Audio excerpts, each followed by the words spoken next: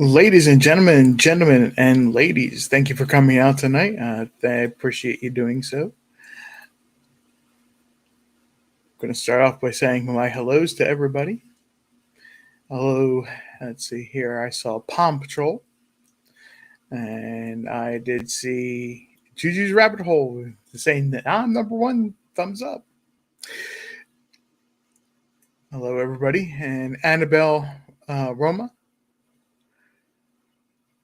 Teresa Nelson, Nadia7. Hello. Nice talking to you earlier this afternoon. Miss Justice and Miss Carrie. Hello, how are you? Thank you very much, my mods. And of course, Miss Cosplay, I don't know if she's able to be here or not, or will be coming along later yet, but she will. Hello to her as well when she does come along.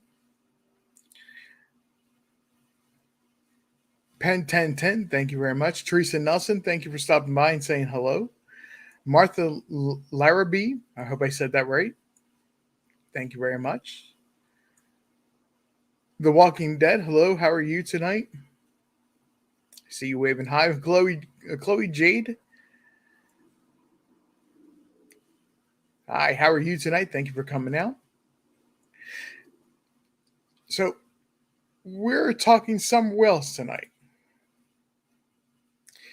And when we're doing so, we're talking about the past 24 hours in which the parents, more specifically, so-called mother, has decided that they are going to be helping the homeless.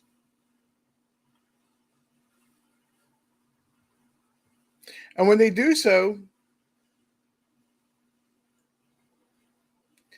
they're going out and putting their Cash App out on Front Street, saying, help me, help them. I have an issue with this. Instead of sitting there and saying, I have a missing child,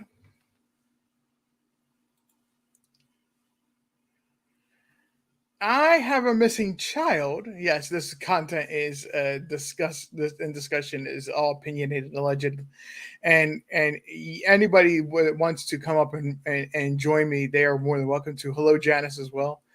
Just let me know and I'll drop a link. But let me get my point out there and set the tone for my opinion is first on this.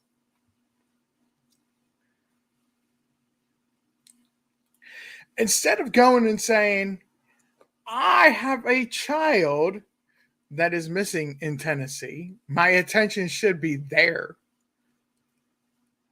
I'm going to put out on Front Street that I'm going around doing these good deeds, so to speak, and helping the homeless. Their focus should be all on Summer Moon Utah Wells, missing 6/15/2021 from Rogersville, Tennessee. But they don't do that. Mimi Jean, thank you very much for coming in. Appreciate you joining me tonight. They don't do that.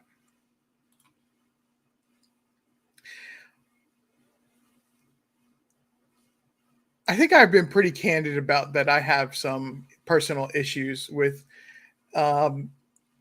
mental health. I have for a long time. Hello, Linda Wilson. How are you today? I, for a long time, have been a person that has issues with anxiety, as well as I'm a person that has an issue with being with depression occasionally.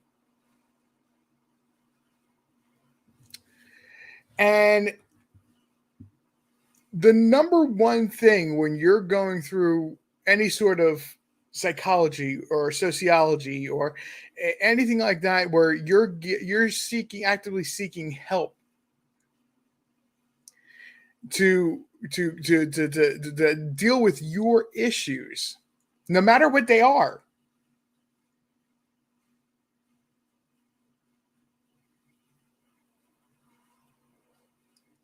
No matter what they are, they you get taught, and not in a direct way, but this is the way I can best express this, that a dead battery cannot jumpstart a dead battery.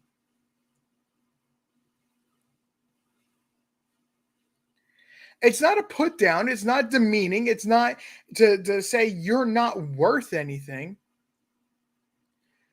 It's that you need to stop, put yourself in check, focus on you getting that help you need, and so you can position yourself to be better for yourself in the future. Miss Justice, basically, yes, you need somebody or something to be a battery charger. And focusing on yourself, your own personal wellness is that battery starter, battery charger.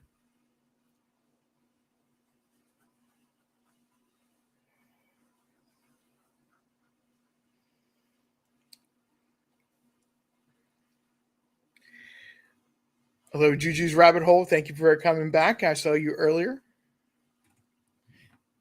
And in by when you do that, the you need a battery charger.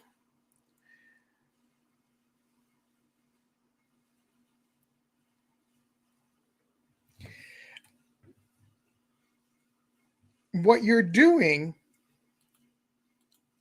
what you can't do, and I'm going to bring this back around to Candace and Don in just a moment.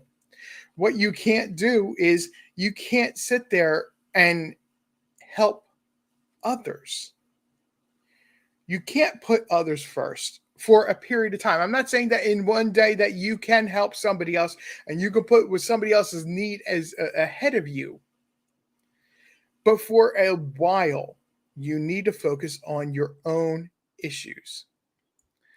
Casper Friendly, thank you very much. Oh, look at you two, Miss Justice and Carrie, racing to put the link in there. I love it.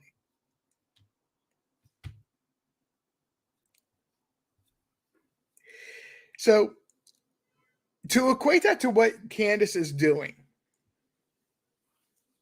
okay, a person with mental health cannot help another person with mental health. Hi, Peace in a Pod. How are you doing this evening?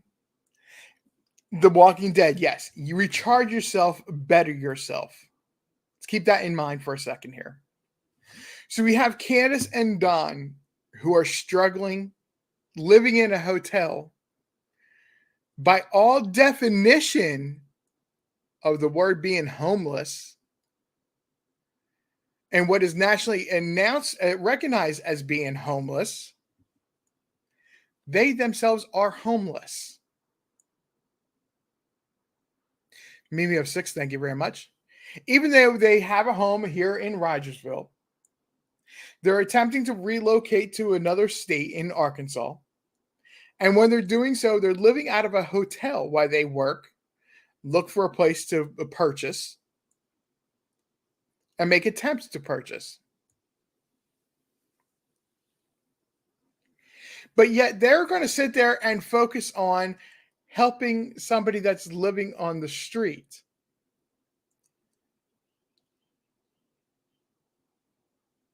Do you guys see where it's equally the same?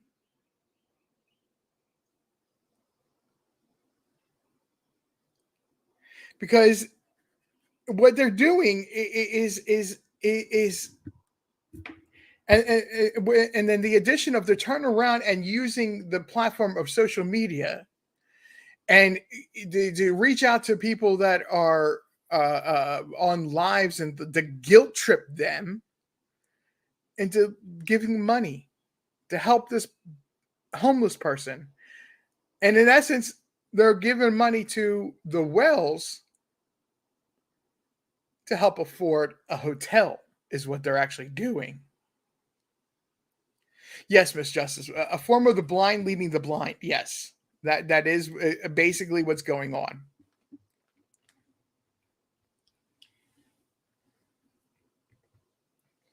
Now,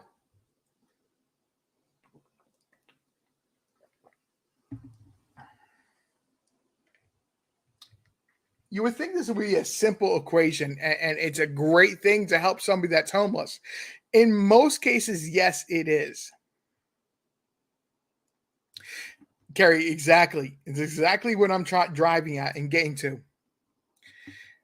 In most cases, if you have a stable home environment, you have a stable house, you have a stable income,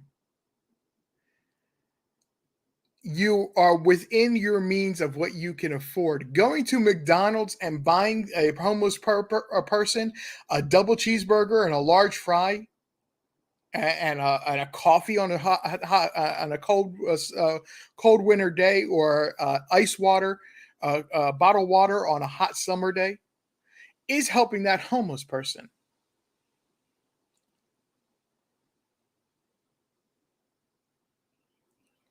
But they're in a position where they have to put themselves first. Hello, John QQ. How are you? Marie Davis, thank you very much for coming in as well. And Linda Wilson, if I didn't say hello to you before.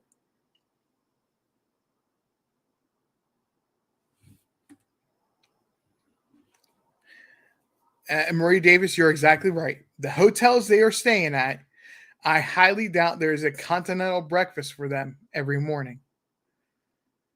They probably have milk in a refrigerator that can hold a handful of things, quart of milk being one of them, and having a box of cereal from the grocery store.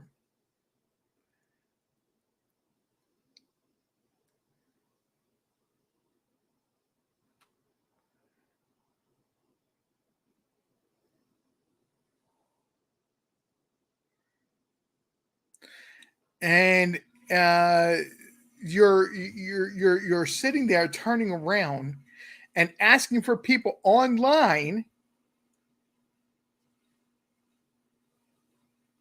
to contribute to it, to buy to give them money so they can help a homeless person.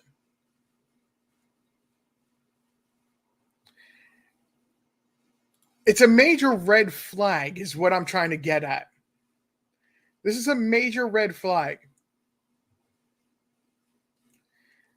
because they're using a person's misfortune in life, no matter whether it is drugs that they are themselves taking, or it is that the person simply is homeless because they hit hard times during the ick that went around and they're not recovered yet. They're taking advantage of these people and using it to profit from.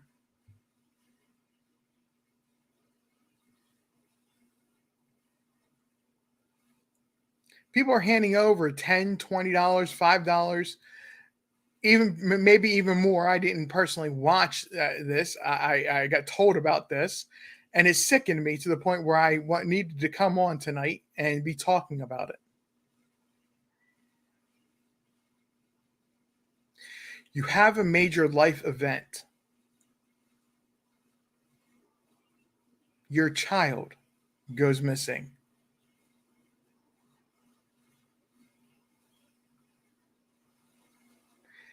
Instead of searching for your child, you're doing to everything to distract everybody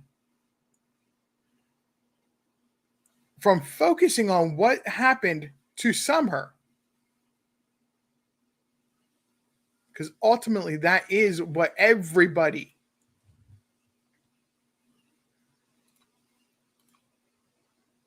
should have their attention on. And of course, I do mean when I say everybody, primarily that it's the people in their family themselves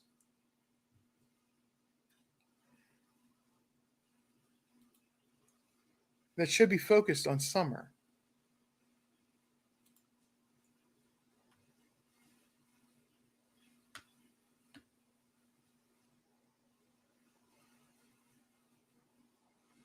Juju, I would agree with you, except for the raise money for dogs part. Because the last time that she mentioned anything about needing help for her dog, asking people for money to help get dog food, the very next day after she received money, people giving money to help her, she turned around and gave away the dog. So when it comes to a dog in this situation, or she's claiming that she has to get food for a dog again, I personally cannot laugh hard enough, because her intent is just to eBay.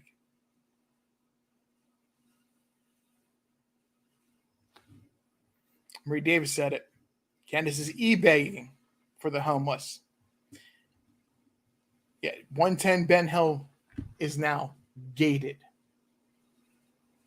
And it's not even well gated. Somebody threw a cattle guard type of gate across the entrance.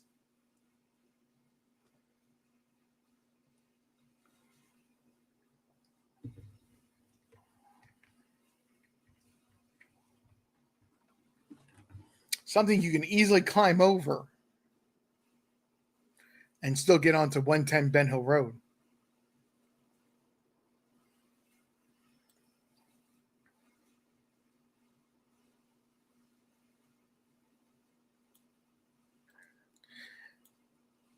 Hello, Fine Summer's Truth. Thank you very much for coming in today. Alicia P., you asked a very good question. What in the world are they up to? What in the world are they up to? Instead of starting a GoFundMe or asking for assistance, because of bad circumstances, or some other sort of crowdsourcing, which somebody that doesn't know the story of who they are may blindly go ahead and help them.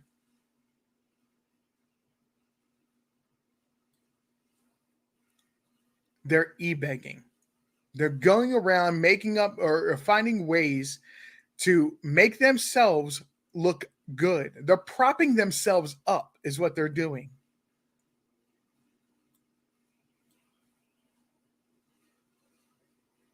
Hello, Butterfly Kisses. Thank you very much. Blank, thank you very much for coming in.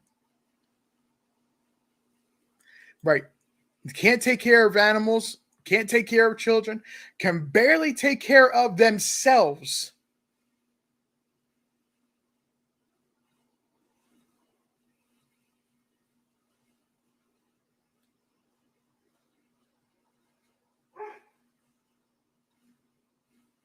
Can barely take care of themselves.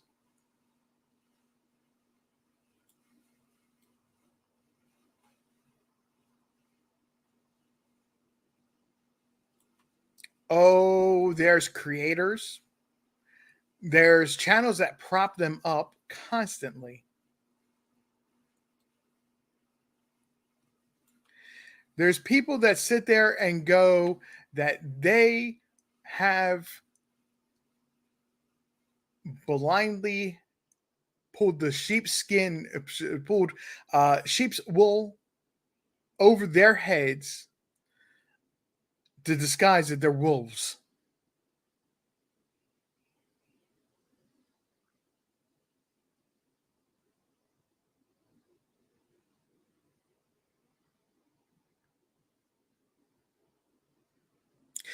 Blank, exactly.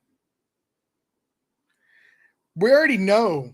We've already said the purpose of Candace starting her new channel had nothing to do with talking about her missing child. It was to do everything but talk about her missing child.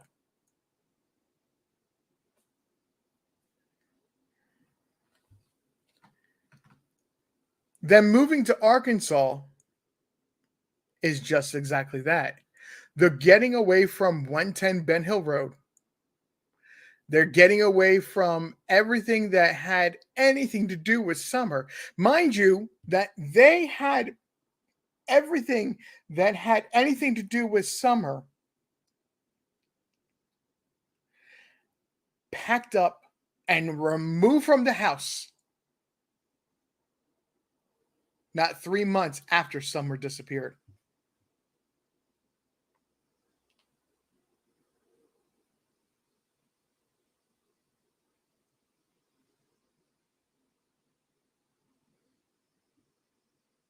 Not 3 months. Hello, Pug Mom. Thank you for coming out tonight.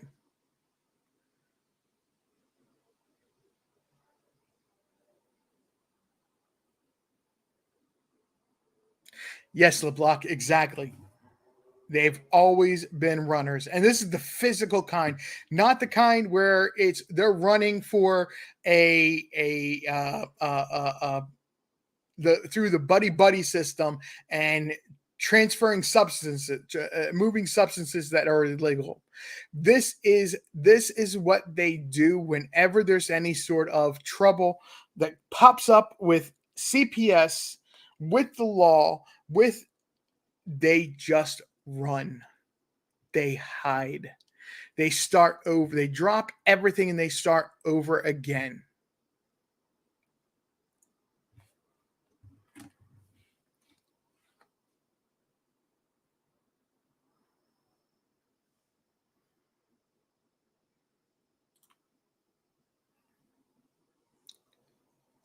Going to McDonald's to buy a double cheeseburger, a large fry, and a large soda is a $10 bill at the most.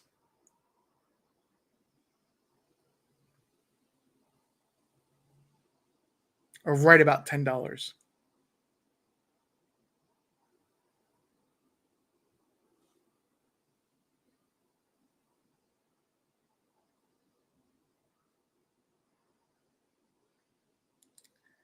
Katerina Ristova, thank you very much for coming out tonight.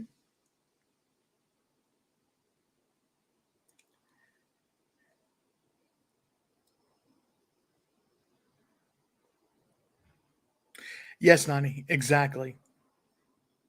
It needs to become, I agree with Nani here, folks. It needs to become a system where just like the police have a system where they're all connected. They're not in constant contact, but the system that they use to run backgrounds and to report logging and things like that, other stations, other states, other municipalities can pull that information up.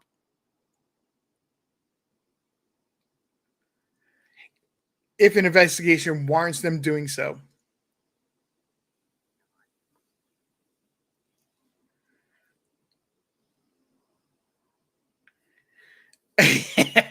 Juju, I see your comment. I'll come. I'm sorry. Um, if it makes you feel better, I'm having a um, yeah. I'm sorry, Juju. I'll try to refer to something else then. But still, and I apologize to Juju. No, you do not have to go run to McDonald's.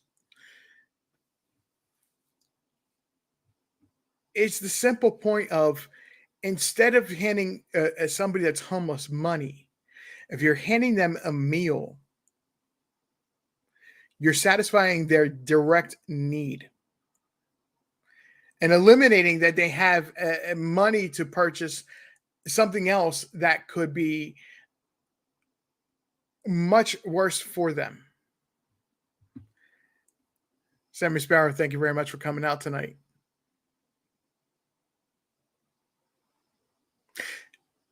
Yes, peas in a pod. I agree. I agree with you as well as did Nani. The CPS, DIFUS, or whatever each individual state wants to call it, it doesn't matter.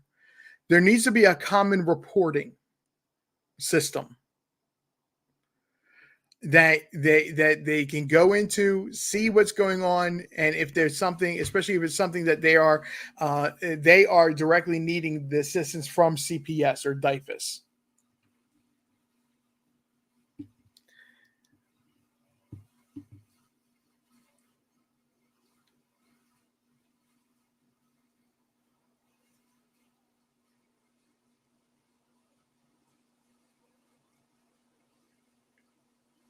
So I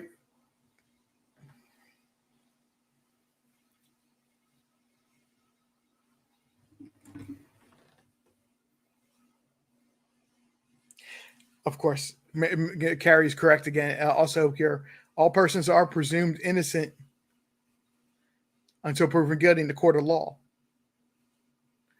However, when you're doing something on unapproachable light, thank you very much for coming out. When you're doing something that is egregious, as Candace was doing last night, and the manner in which she was going to do this,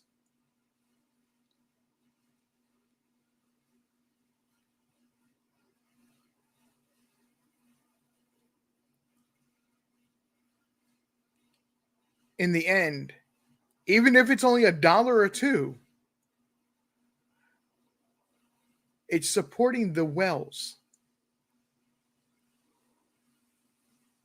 It's rewarding the Wells with all their negative behavior that they've done, and the fact that they're not in Tennessee still searching and leading the searching by being out there and answering questions, having their own news conference about Summer Moon Utah Wells.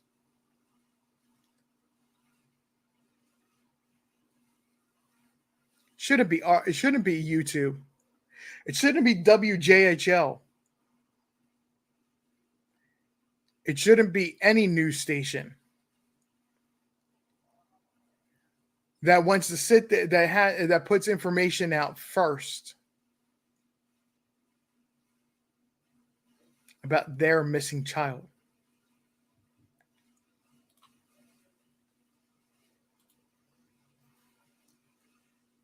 I'm literally at the point where I'm going to start calling them out like I'm doing tonight. Diane Sullivan, thank you very much for coming out tonight. Because I'm tired of seeing the misbehavior that they are displaying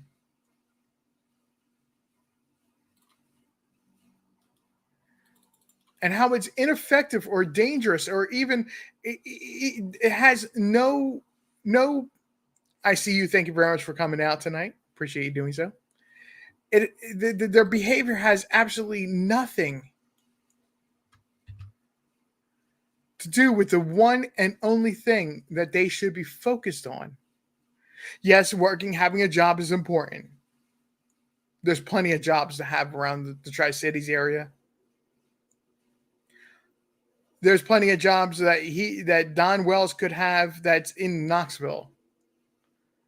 This business of him not being able to find work, or Candace not being able to find work, isn't true. It's that they're not searching to find work. They're searching to have excuses. I did put the link in the chat for anybody that wishes to come up and join me. And we could talk about this and more summer related information if anybody wants to. No pressure, of course. Anybody is welcome to do so. It is disgusting, in my opinion,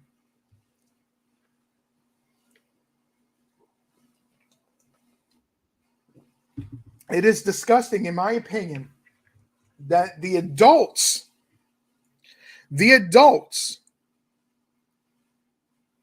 are acting with the least amount of maturity. Miss Juju, thank you very much for joining me. I appreciate you doing so. Hello. How you doing Long, tonight? long time no see. Oh, just a little while. Yeah.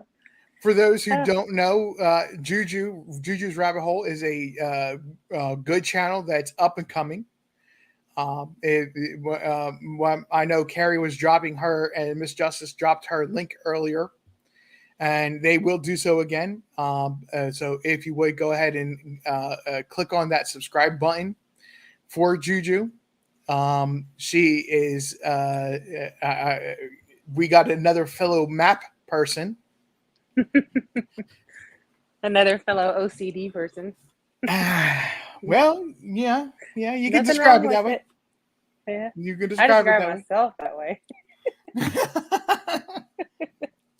I look at it this way: it's just a unique way of having a look on details that some people may not know or may not consider. Exactly. I like being thorough. Very thorough. What do you think about the rumor that Candace may be pregnant? No, no, that's not possible because so that's been a rumor that's been going around since Summer basically disappeared. Oh, That has it she, been? Huh? yes, that she was pregnant with.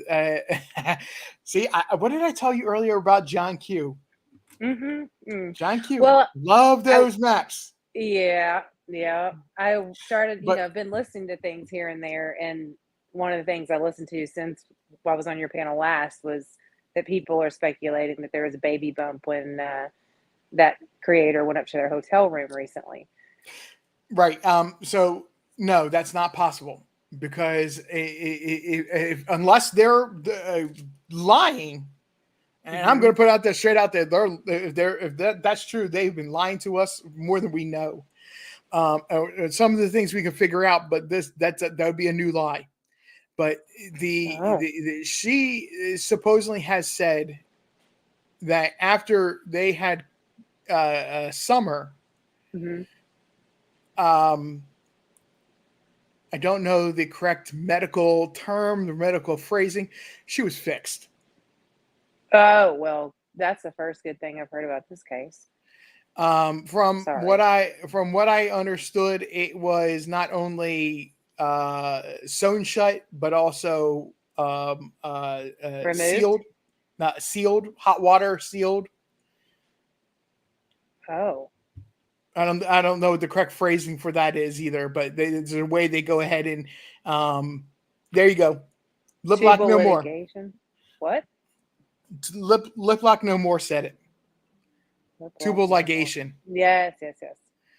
Yeah. That is what the rumor has been that there is no possibility and folks please forgive don't hold it against Juju. She is actually new to knowing anything about Summer Wells as in like within the past week. Yeah, it's been very recent. I came into true crime during Kylie Rodney and then just kind of fell into every rabbit hole I could find. That's hence the name of the channel. But um, I actually got blocked for somebody thought I was a troll because I legitimately did not know who Summer Wells was. And I asked in a chat and they thought I was a troll. So I stopped asking.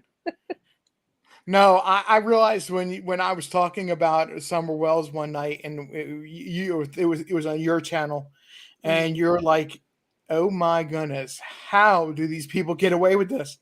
Yeah. I realized Yeah. right away what it was that you were struggling with understanding what was going on with Summer Wells. Is that you're just new Hmm. to it.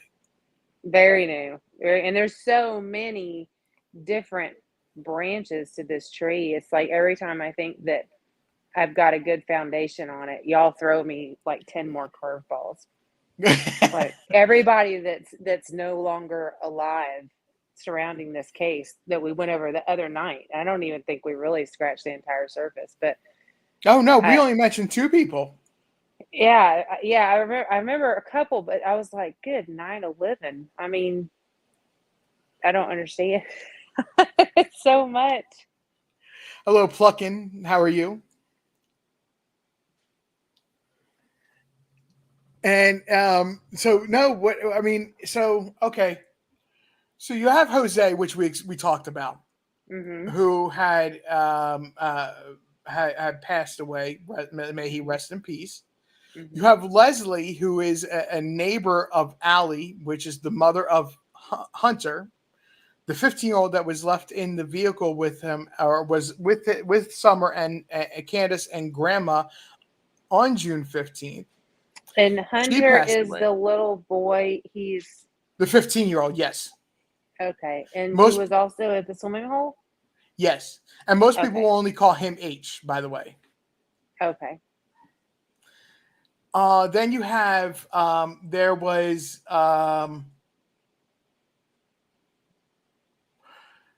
so Marlena Crawford was around Ben Hill Road up to about a week before she disappeared. Has a long story connection with Candace, and the chat will correct me, but for some reason I don't know his name exactly off the top of my head. I want to say it was his boyfriend, her boyfriend, Mhm. or a romantic interest, or something along those lines, who was found floating in water outside of Greenville. Is there more than one person that was found in water? Because I believe you told me about someone that was found in water before. That that is one I think we did mention, but we really didn't talk about Okay, okay. how he was really connected.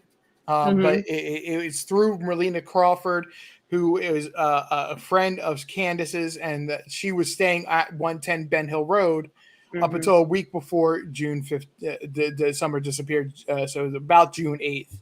Earl Taylor, thank you very much, Marie Davis. That is the name. Wow. And then we have we one of the tree trimmers. Let's mention that tree trimmers Mhm. who were there to clear the trees away from the high tension lines that run up the west side of the property. One of them also passed away. That's crazy. And the tree trimmers were the ones that said they saw a child in the vehicle when they were leaving during one of the trips. Um, I'm sorry, what was that question again? The tree trimmers are the ones that said that there was a child in the back of the Yes, car when they were leaving during one of the trips to town that day. yes, that was specifically Randy that said that. But yes, he was one Mhm. of the tree trimmers. Golly. Okay, so we got the guy in the water, we got the tree trimmer, Yeah. And then, like I and said, there was Leslie Leslie. And Jose. That's a lot.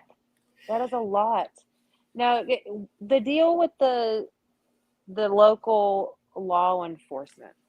Um, Something was mentioned about his son.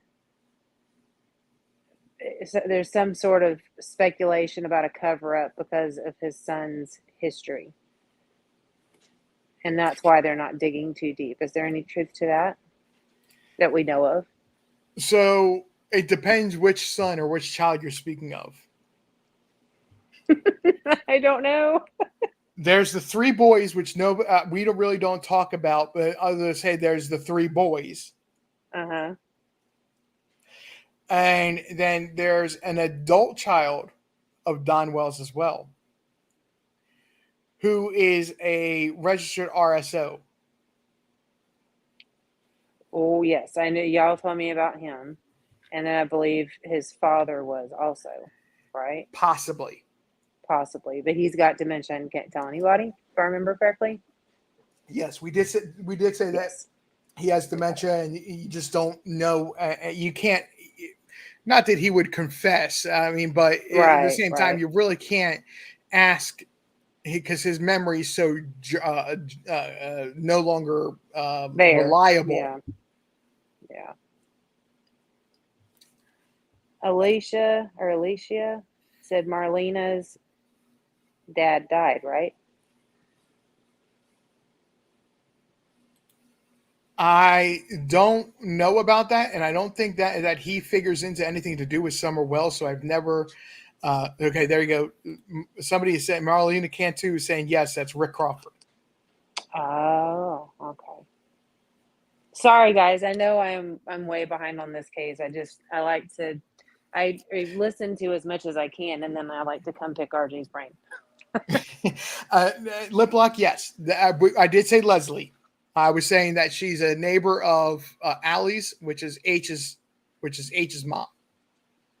That she also passed away, but she had strong opinions about what happened because of where I was telling you on your channel, I believe, about the Mhm. incident with the boys after they were swimming Mhm. and they were forced to lay down on blacktop. Yes, I remember that. That's Yes. terrible. Yes, Oh my God. Leslie had strong opinions of what happened or what she believes happened because of her what she had seen, what she had observed from Candace alone. Mhm. I just wonder what I mean, I'm not mom of the year or anything. I'm winging it still after 25 years of being a mom, but I I'm super super super super picky about who my kids go with, and my son has spent the night at a friend's house once, and it probably will never happen again. But they only spend the night with family or my personal best friend that I've been friends with since I was like 12, you know, from school way back when. But I just wonder when I look at the Wells, and I'm going to come off as judgy, but I'm really not trying to. Like, I want to know where they live and I want to know them before I'll even think about letting my kids spend time with them. And looking at the Wells and the way they live, they are not people that I would have on my trust list for my offspring. So I'm struggling with why people would leave their children with them. No, I don't think anybody can disagree with you. Hello, funny face Brenda. Thank you for coming out tonight. That's very legitimate question because that okay. So you hear what I don't know if you've heard yourself what Ronnie Lawson Mm-hmm. says about that area of Beach Creek. That up until going back to June 15, 2021, there's not been any issues with trafficking, drug trafficking, or crime in general in that area. Well, Because they really do police themselves most of the time. and I don't know what panel I was on, whose panel I was on, but there was someone up there with us, and they weren't the channel creator, but they were a guest, and they put me in my place very respectfully, but I got the point. Was that if you didn't grow up around there, if you weren't a part of that life, you wouldn't understand, and that pretty much the way they are in that area and the way that they're raised in that area is you keep your mouth shut and your head down, and if you speak, they handle it their own way. Yes, And very so much so. you're raised that the way things are the way things are supposed to be, and there's nothing wrong with it. So you just repeat generationally the Yes. you know Yes. so So there is. I don't want to say there is.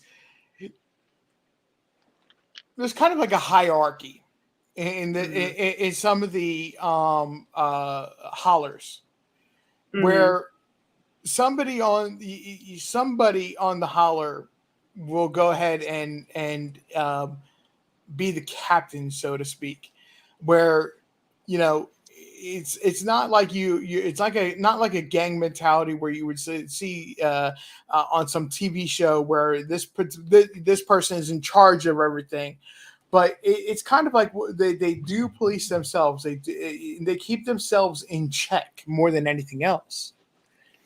And if you're stepping over the line, somebody's going to let you know.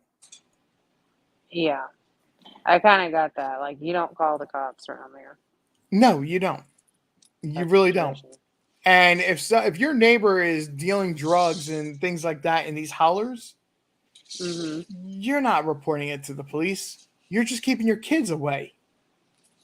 Yeah. But in the case of the Wells, oh boy. Oh Lord. Oh boy. Every time you do that, I'm like, oh crap. In the case of the Wells, you send your children across the road to the person that's dealing and have them bring it to you. Oh no. Are you serious? Yes. Oh my Lanta. Again, speculation is very high on that. But that is what this is what over time has come out, and it has been said this is what has been going on. Good Lord. Well, I did hear somewhere that they were saying that, I want to say Candace, I may be wrong, but somebody said that Candace gave the children alcohol. Is that accurate? There's been no proof of that. So that's just speculation. Yeah, that's just speculation. I cast that off as being just speculation and rumor. Okay, so you've heard everybody keep saying, you see everybody saying JSB in the chat and things like that. Do you know who she is? No. Okay, there's a creator on YouTube that actually used to live on Bent Hill Road. Her name is Jody Sue. Oh. And she's kind of twisted up in this in some ways, but she's not. Nobody. It's the way she explains it is that it was, other than a particular bust that happened way back, and an involvement in that. She was a neighbor and she tried to stick to herself, to stay to herself, stay to her kids, and the issues that she was having with her boyfriend, husband, whichever it is. I'm assuming she moved off of Ben Hill Road now? Yes. But according to her, it was the Wells children would come over to whoever was dealing, and I'm not naming names, I'm just saying whoever right was dealing, and they would be picking up to take back to mom or dad. Well, and that kind of goes along with the story about the neighbors saying that the kids were always running in the street. Right. So, yes, JSB is the Linda Kravitz of Beech Creek. She has a nickname. She is the mayor of Beech Creek. Oh, Lord.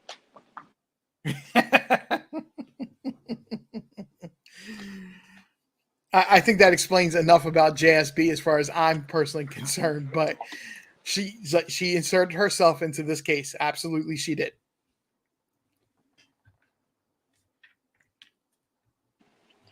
Yeah, I'd say that pretty much covers it. Is she still active on YouTube? Oh, yeah. Oh, yeah, she is. Is she one of their supporters? No. No. Oh, well, that's good. No. You cannot say you cannot say in any form or fashion that she is on the side of the Wells.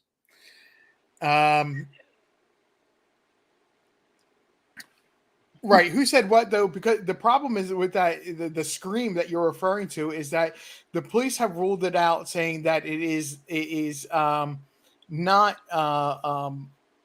I don't want to say reliable, but it's unfounded. It's not that they could They can't verify it. verify that the scream happened, and it's just not something that's worth excuse me, worth investigating. Wow.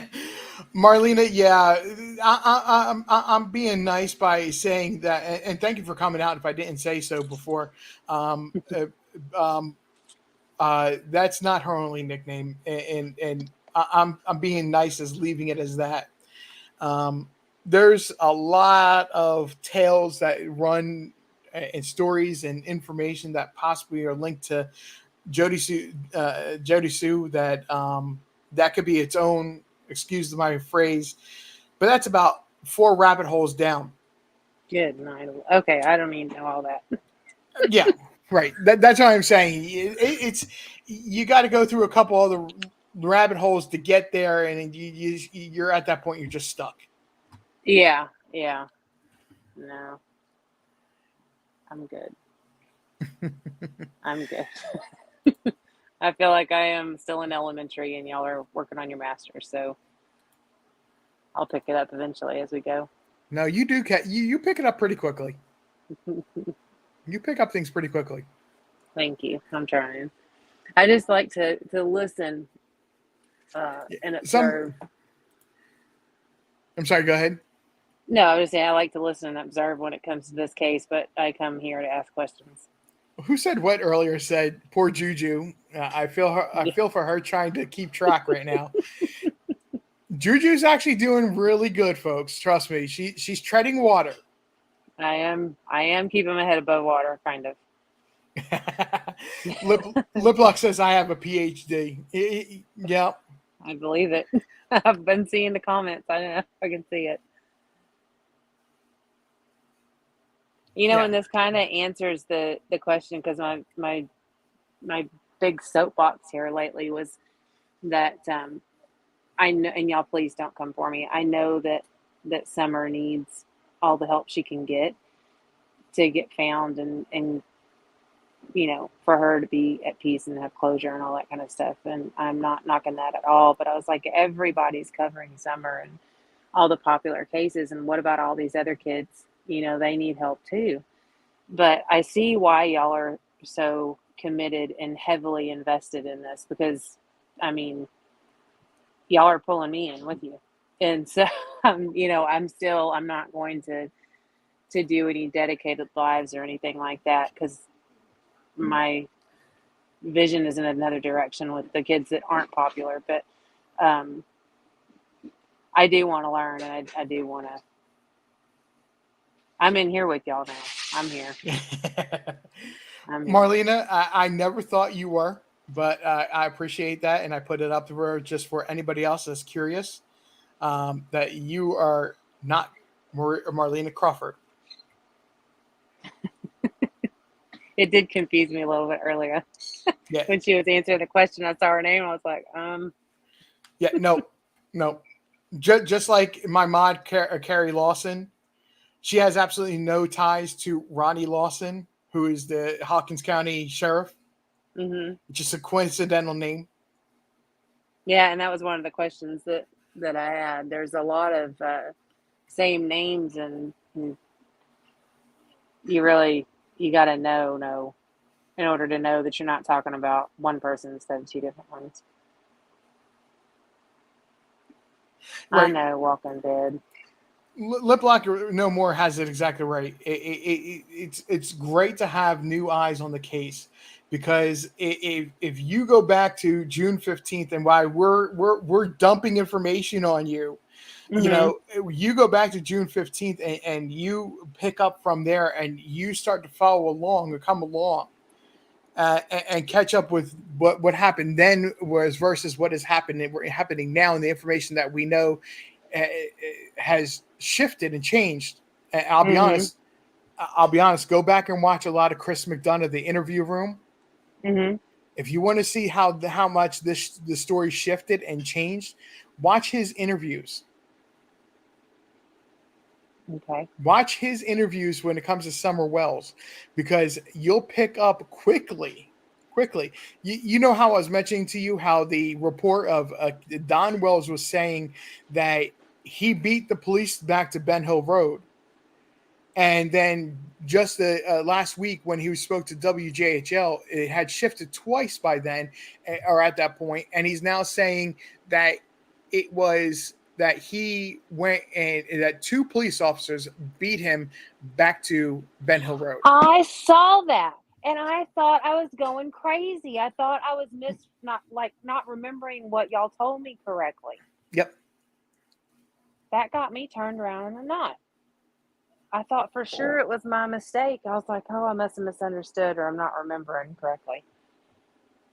But I saw that. Yes. WJHL, the interview he did with WJHL says that the one that they had just done says that two police officers beat them back to Ben Hill Road, where originally he said he beat the police back to Ben Hill Road from his job site. Yeah. Which you're gonna love this. You're gonna love this. Okay. Bear with me a second here. I already have this all set up. not for you, but because I've never gotten rid of this particular map. I've always had this map saved. Okay.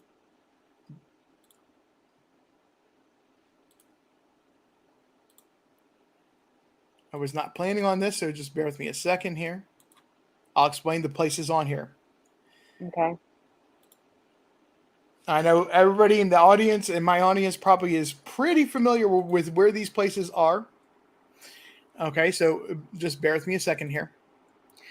Down here in the south here, that is the Meadows. That is where that Don Wells was working that day. Mm-hmm. That was his job site. Okay. Okay. The easiest way to get from here to go home, when I say the easiest, so you can see up in the pictures, the Meadows subdivision, is probably going to go over here to jump on 26. However, that's just go by looking at the 26 is this highway right here. Okay. This is Johnson City down here. Or this is and Jonesboro is what's down here. Okay. It looks like it would be easy to jump on 26 and go up and then, catch up here and come across 347, which is turns into Beach Creek Road and to get to Ben Hill Road. Okay. But that way takes longer than going back and going through the back roads here. Follow my mouse, not the blue route for a moment. I'll explain the blue route. Follow along, come up this way. Come up on where it turns into the blue route, then cut up here through Fall Branch. And then it takes you over to 347. That's going to be your quickest local route way. But that's not the way that Don Wells would have went. Why? Well, you know which way he went? Being a local and knowing where he was talking about and why he was mentioning, he specifically said he knows a way to get home and get to work without using back roads and without running into any police. His claim is that he could do 90 miles an hour on these roads. You can't do 90 miles an hour at those curves like that. That's his claim. Well, he's full of crap like a Christmas turkey. Why this road, the route that I have, the blue route, makes the most sense out of this. And yes, I do take him to past Tucker Drywall, which is who he worked for at the time, is because I actually don't believe he was at this work site. He would have been at his boss's house, Tucker Drywall, which takes about 15 minutes off this time frame. It knocks it down to about 40. I think it actually is like 37, 42 minutes, somewhere in about there. Okay. Mhm. According to him, that is actually the actual time frame of how long it took him to get home from work. And the reason he didn't go up into Fall Branch here is because of what sits right here by I-81, Tennessee Highway Patrol.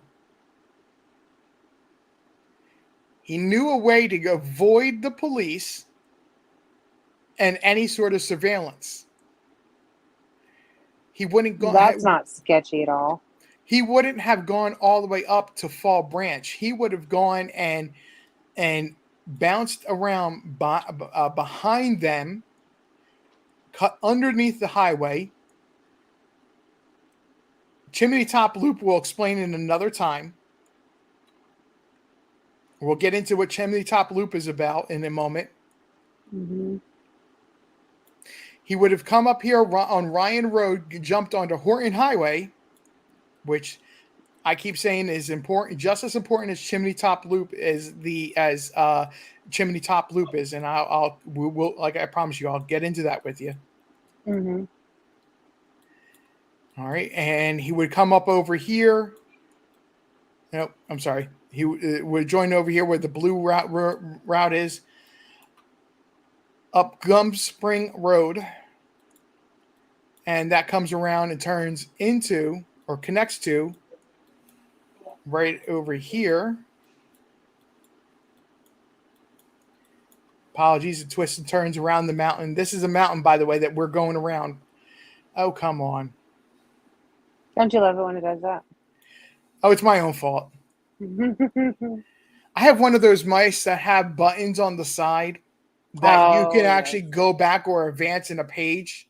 Mm-hmm. And I clicked the go back button. So, like I said, that was my own fault. However, the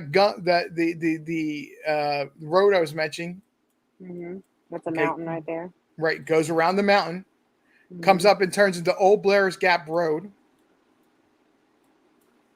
Okay, and then joins 347 on Lone Star, and then you follow it around, still Lone Star, but it turns into Beech Creek once it goes into Hawkins County. Wow. And then he would have come around to Ben Hill Road, where he lives. I'm not going into a lot of the details that we know about the mountains, folks. First, I'm trying to get Juju to know the basics before we explain the mountains and the roads in the mountains. So I know a lot of my people are biting at the bit here. Yep. I was just thinking about Chimney Top Loop. Yep. See? Oh, wow. This is a lot. John Q, where are you? I know you're hiding. I know you're hiding, John Q. Okay, so just me, my first snap thought about that, the way he went. Avoiding, knowing how to take the back roads and avoid cops. Yep. I mean, really, there's the only. You don't have pre-planned routes for avoiding cops unless you need to avoid cops, in my opinion. And you're not going 90 miles an hour. I promise you. I mean, I grew up out in the sticks, and I traveled the back roads most of my life. And there's very few places that you can go 90 miles an hour. And not only that, but a lot of I don't know about up there, but in Texas, a lot of the back roads, you come up with hills and bridges and things like that.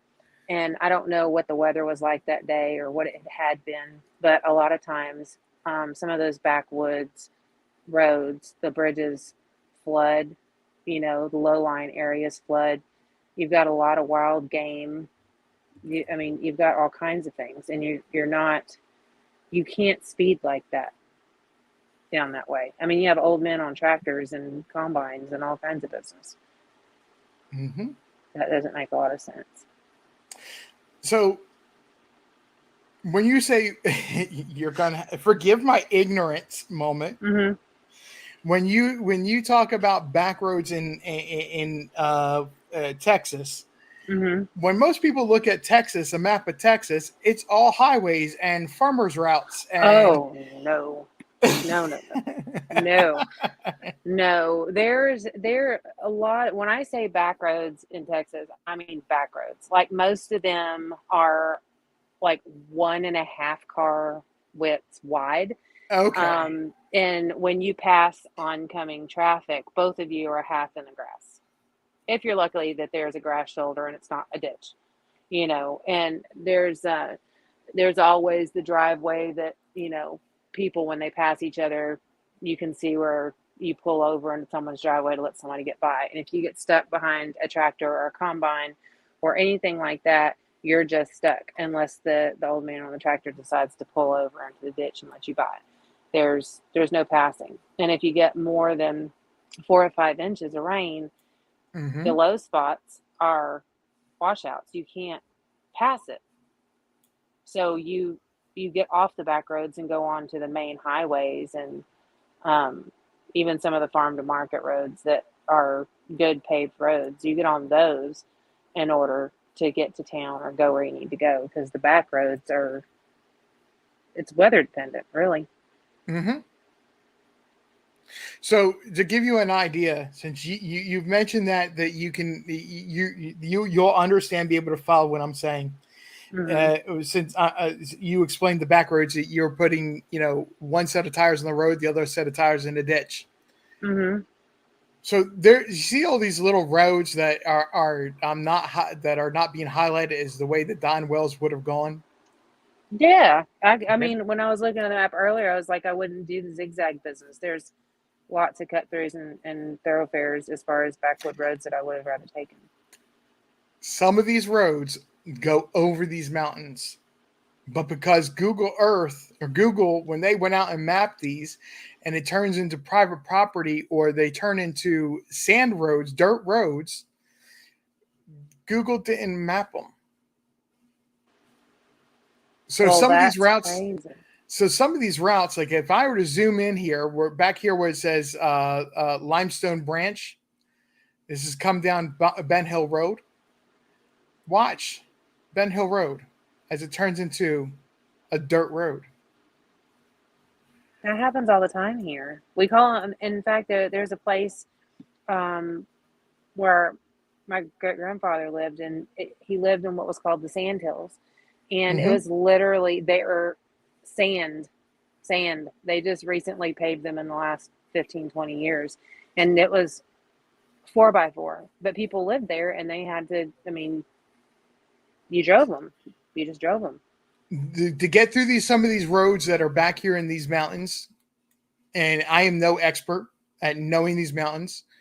I would not be able to traverse them myself. I would try to get in contact with a local because they can get that treacherous.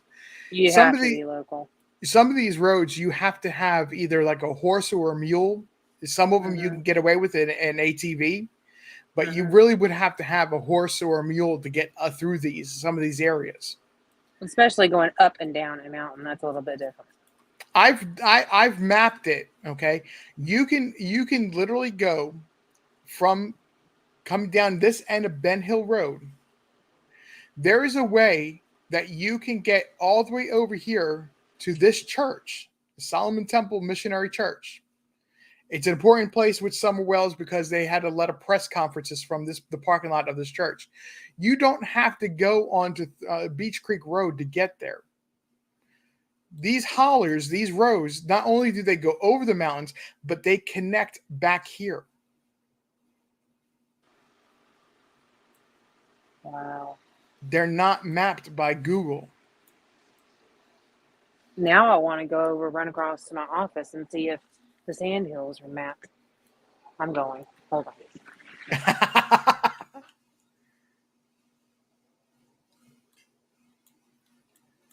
But the way the roads and the way things travel, there is a path, there's a route that you can take, and I don't remember which way it is right off the top of my head, folks. So don't think that I'm not trying to I'm trying to fool you or anything, but there is a way you can go along these mountains, along this range.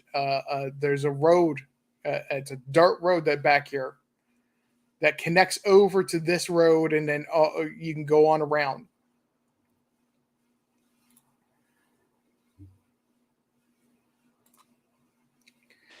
I'm sorry, my husband. Can y'all hear that music? I do. Okay, hold on.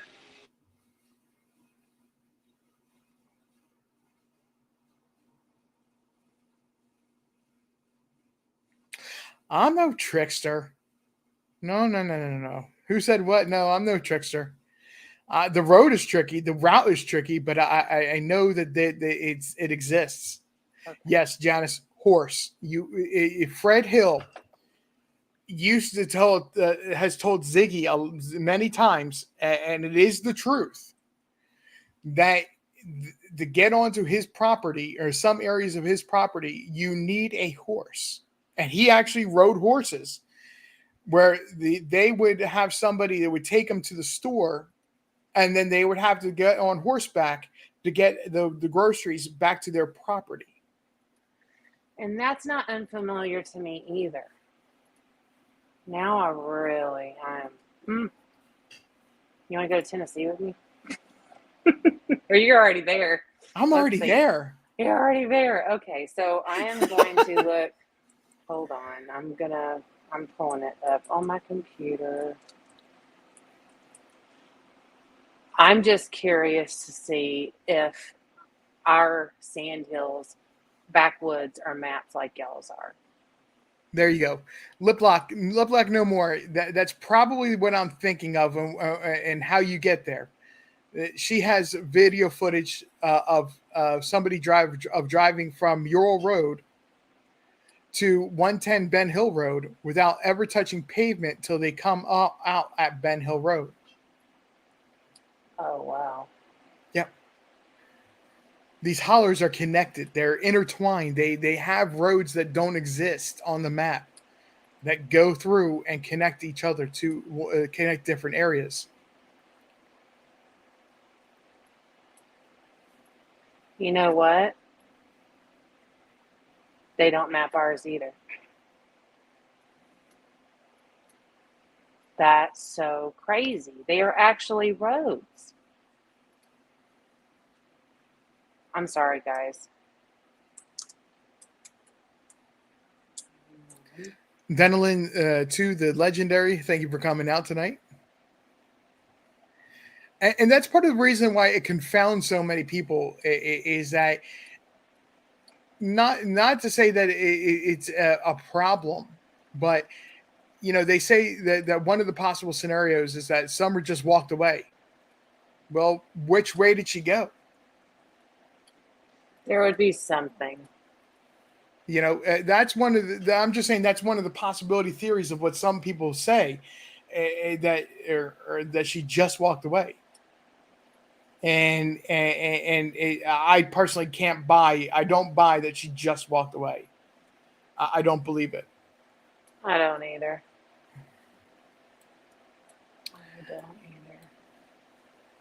Okay, so I mentioned to you this road over here and Chimney Top Loop. I said Horton Highway and Chimney Top Loop. The reason that this is an important road is that there's a video. If you want to see the video, probably the best place to go at this point is Killer Looks. I don't think he actually has a video. John Q had it. Another channel, Voices Behind the Wall. They were the ones that originally had this video where Don Wells went and said where he was searching, where he was driving around to search, he showed them Chimney Top Loop. He comes in this way on Chimney Top Loop, right here. Comes into here. He drives all the way around and passes a cemetery.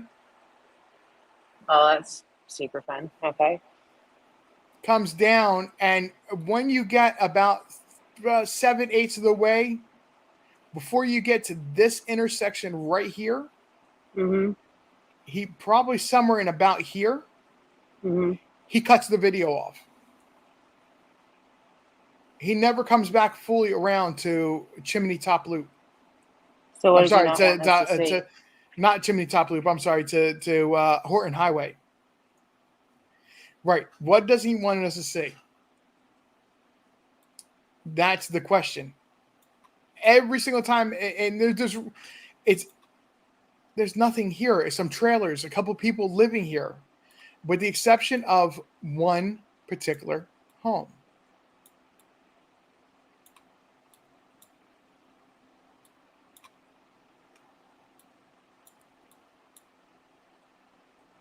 Is that the right home? Bear with me 1 second. I'm just double checking to make sure I have the right home here.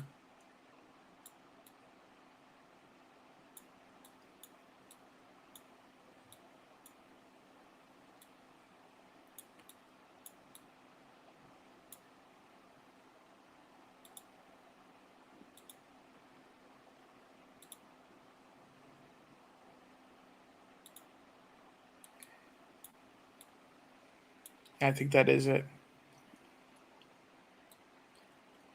This particular home, right here. Mhm. All right. Google's playing games here. Hang on.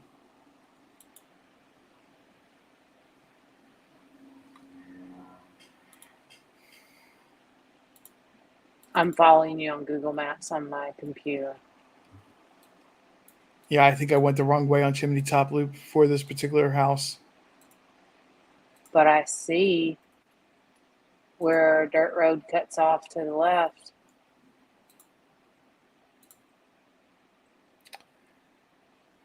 Where does that go?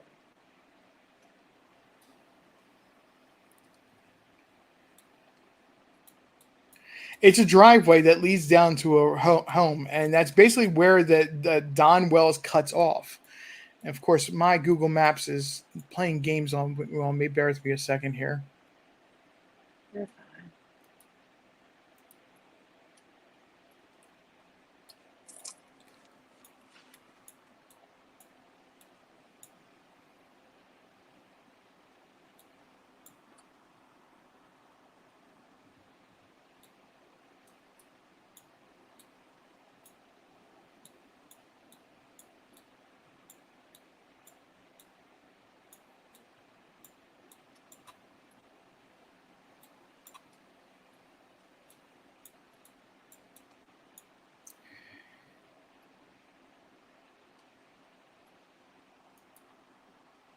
My apologies, folks. I am not searching well tonight.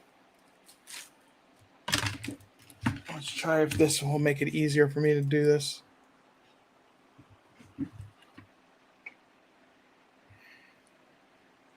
Oh, you're up here. There's like a Y in the road, Right. and there's the house, and there's like a orange roofed cabin or something across the street, and I see that RV. Yes, the RV. Yes, is the house with the RV. That RV, that particular house was pretty run down, and the RV was blocking anybody from seeing into that house or around that house. There's been several rumors, which I've never been able to confirm anything by. I'm just going to let it go since you're looking at it. There's Uh-huh. been several rumors that I've never been able to confirm, but that Mhm. particular house has some interesting stories or interesting tales that rumors that go about it. Like, And it's not going into too much detail because, like I said, it's unconfirmed. But for some reason, and I believe it has everything to do with the history of Don Wells uh-huh. versus anything to do with Summer Wells directly. But Mhm. Don stops right about there. How odd is that?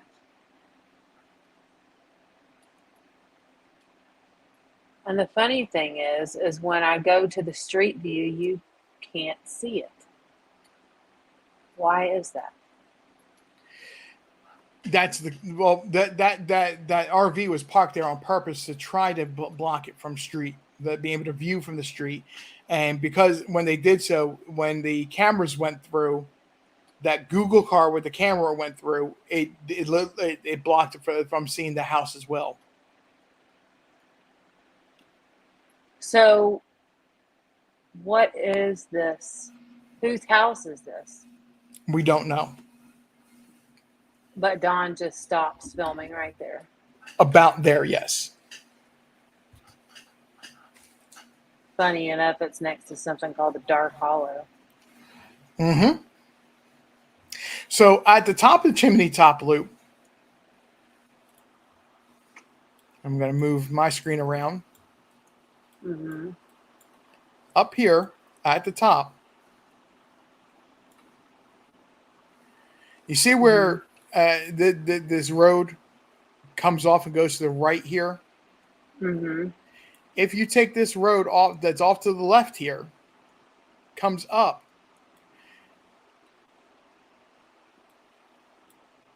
it goes past this.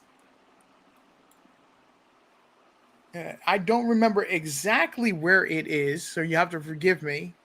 Mm-hmm. There is actually an old schoolhouse that is back here in the mountains. Really? Yes. That it still gets maintenance upkeep.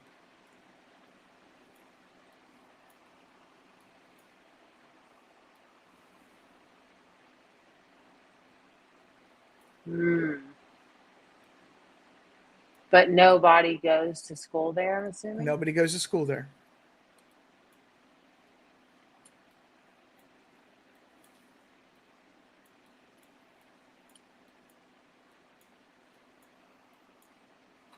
There's all kinds of little houses up in these mountains. You barely see the roofs and the cars.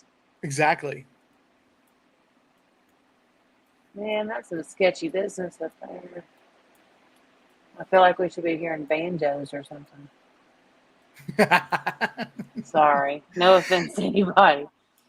No. I've made the comment before to others, and they laugh the same way I laugh. Is that some of these areas when you go through here, and if you go through here at night and don't know where you're going and don't know who you're, if you're not don't have intentional business back here, You're going to find yourself coming up missing.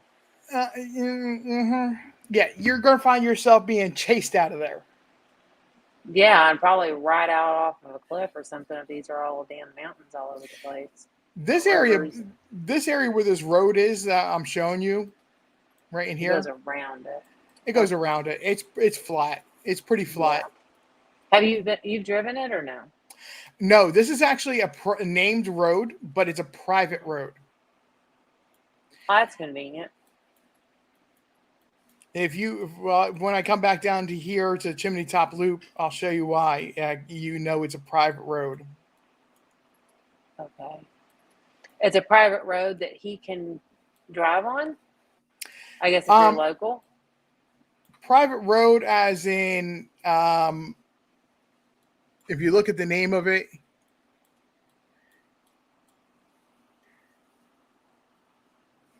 it says Pyburn Lane. Pyburn Lane. Okay, it cuts through. Mm-hmm. Like I said, Horton Highway, and it connects over to Horton Highway and everything. And it goes around the mountain, up into the mountain. Where Chimney Top Loop, I was looking for the school, so I got away from Chimney Top Loop. But the roads back here that I'm referring to are private roads. I think it is this. That looks like that driveway.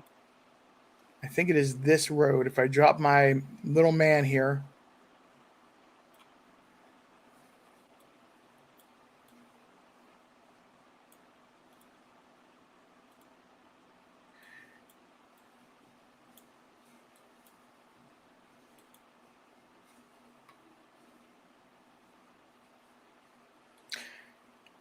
This isn't the road. This is actually going up to the cemetery and to a house up here. But a lot of these side roads that are named or were named at one point, they'll have a fence across them. Like this is actually this is where I'm saying that the cemetery is. This is it right here. The church and the cemetery is right here. But if you go, I think I got myself turned around a little bit here. Hang on.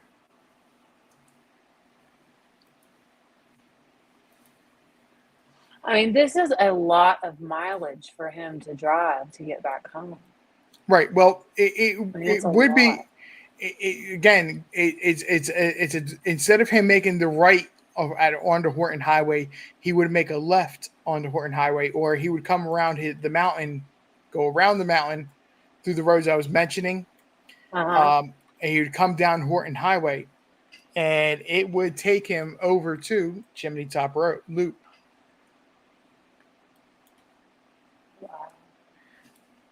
I haven't used this map in a while, folks, so forgive me. I'm a little bit rusty here.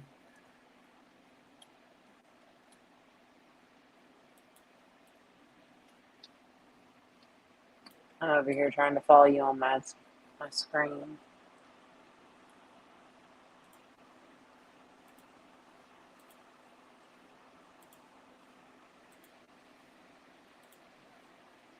Okay, so the original point to the route he took in version 1 versus version 2 versus what we think he did.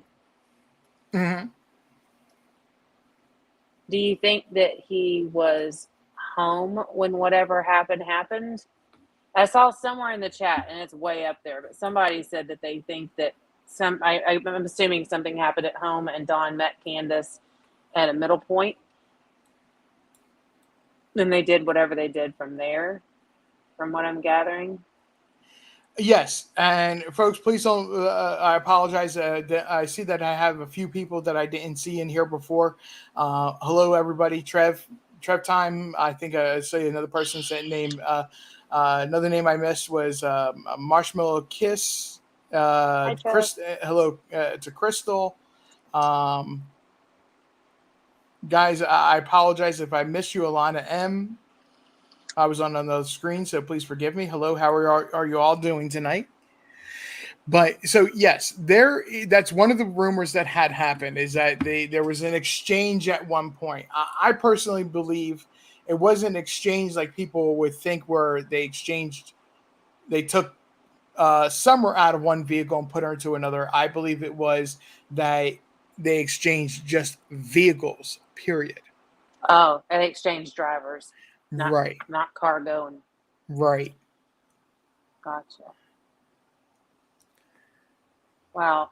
Okay, what was this? There's something. Oh, there might be a tunnel used for nefarious reasons, just an opinion.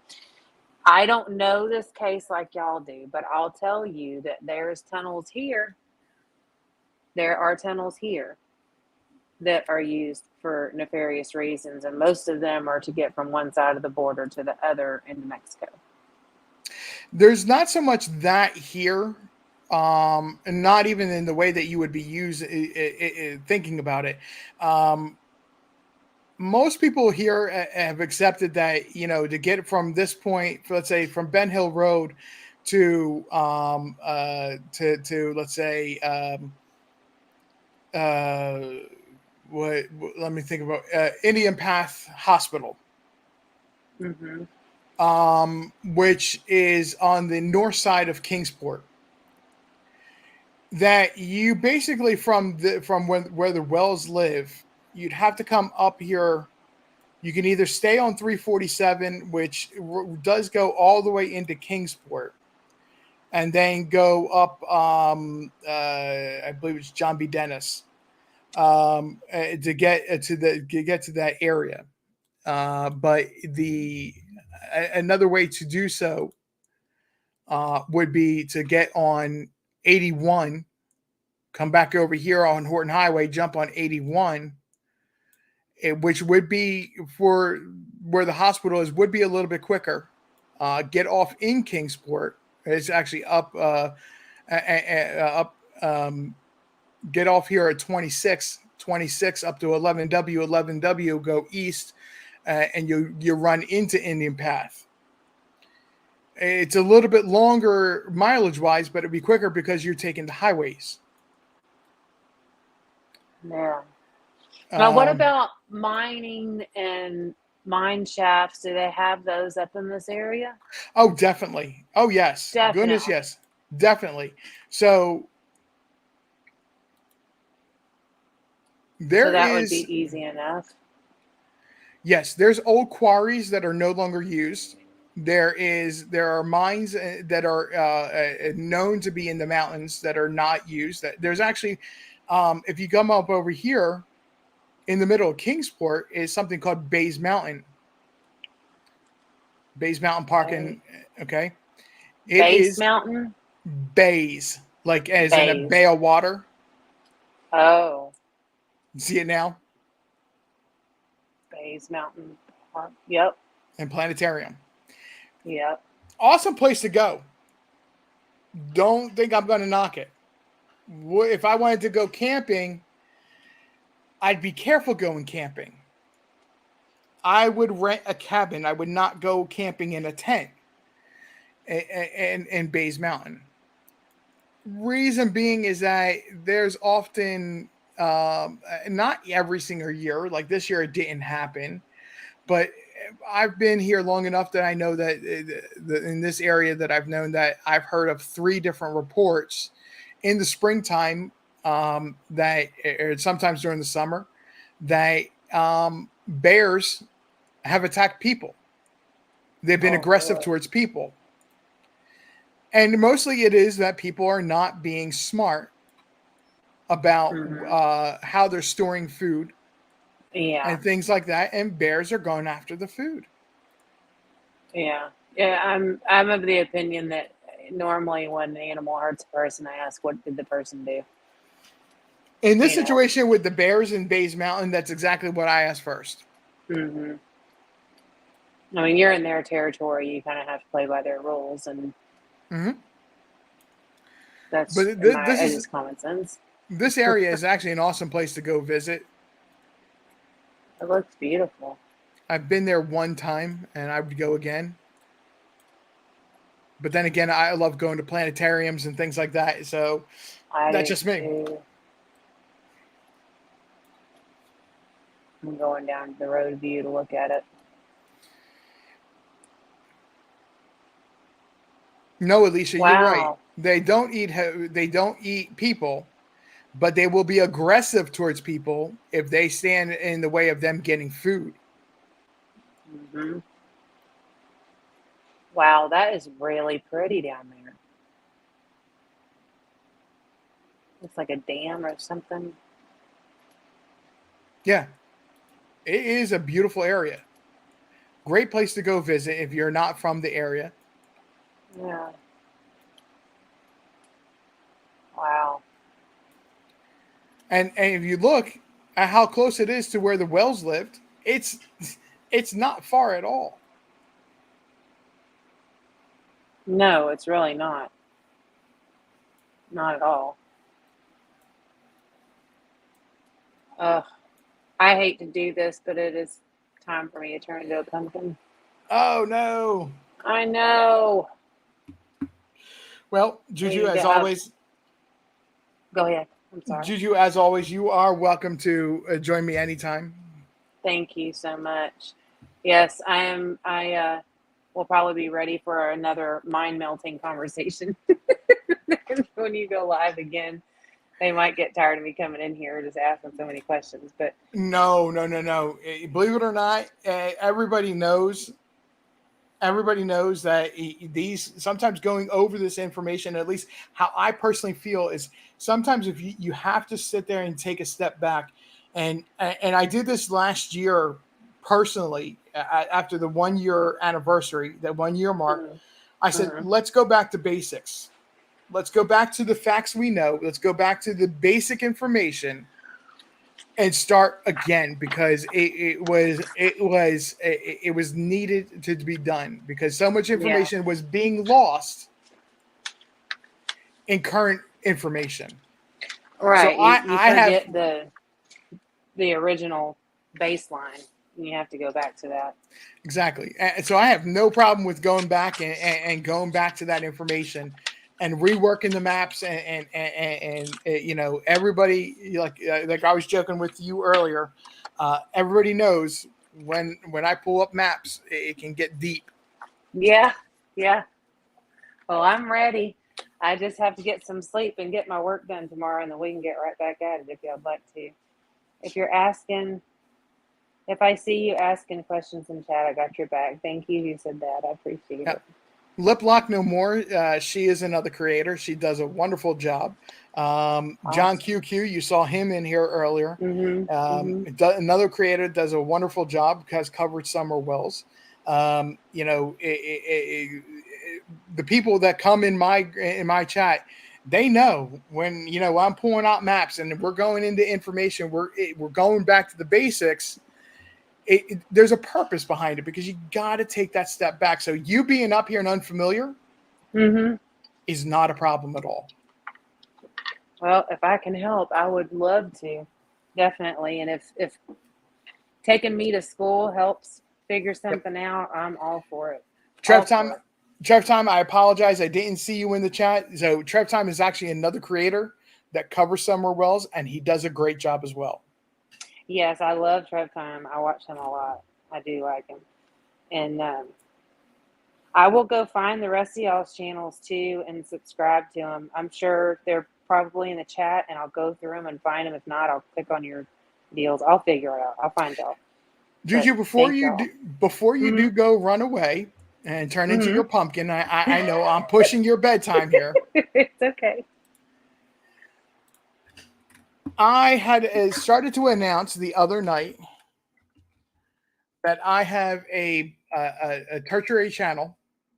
If anybody doesn't know what that means, I have a third channel. The second channel is just a backup channel. You do not have to worry about that at all. It's a channel that is something that I am actually passionate about. I've experienced since I was a preteen. And it would actually say goes back to when I was a young child. Like it started happening to me when I was in kindergarten, where I was experiencing and thought at one point people thought I was crazy because I had experiences with spirits and paranormal things. And I started a channel, and this is for anybody that wants to join. Nobody has to join. It's not anything anybody has to do. And there's no videos on there or anything like that. But what I was trying to do the other night was announce that this channel had been started. And the link was not working when I had tried to pull it up. But in the chat, if anybody is interested in that kind of thing, Carrie, thank you very much for posting that in there. If anybody is interested in that kind of thing, and the reason I'm doing a new channel with that is to separate it from my true crime stuff, because I know a lot of people in true crime do not like that type of information and sources of information, or somebody using a spirit box or anything like that. So I'm making a separate channel, and anybody is welcome to take a look. Are you going to be doing a spirit box? I do use a spirit box, yes. Please do. Okay, I'll just tell you this. That scares the crap out of me. And I have had experiences myself, which I am very conflicted about because of the way I was raised. And so I don't know what I don't know. I don't know what I don't know. I don't know. And I'm even more confused now about all that stuff now that my brother's gone. So, because if everything is correct in the way that I was raised, then I will probably never see him again. Right. But so, you know what I'm saying? So there's huge conflicts there. And like, I've got this, war going on in my mind, because my mind works a lot the same way yours does. So I try to put logic to everything, and there's no logic in these types of things if I believe in what Well, you read. So, you know what I'm saying? So the well, spirit boxes things scare me, but I have had experiences that I don't know how to explain it. my experience and what I am capable of, I'll put it that way, goes Mm-hmm. beyond just a spirit box. A lot of times, and everybody, thank you for if you're going over there and subscribing to that channel, I appreciate that. But my experiences for that kind of thing, it goes beyond that. I've actually gone to Gettysburg, Pennsylvania, Mm-hmm. and they were doing a reenactment on the far side of the field from where I was. Mm-hmm. And I would see soldiers that were in not like physical, the person, the reenactors. Mm-hmm. I saw spirits of soldiers marching and falling like they were hit. I'm going to say it that way. So I have experiences like that. So it's not just for me a spirit box type thing. And Mm-hmm. part of the thing I'm going to do with that channel, and this is again, no offense to nobody, please don't anybody take offense to this. It's why I'm separating the two.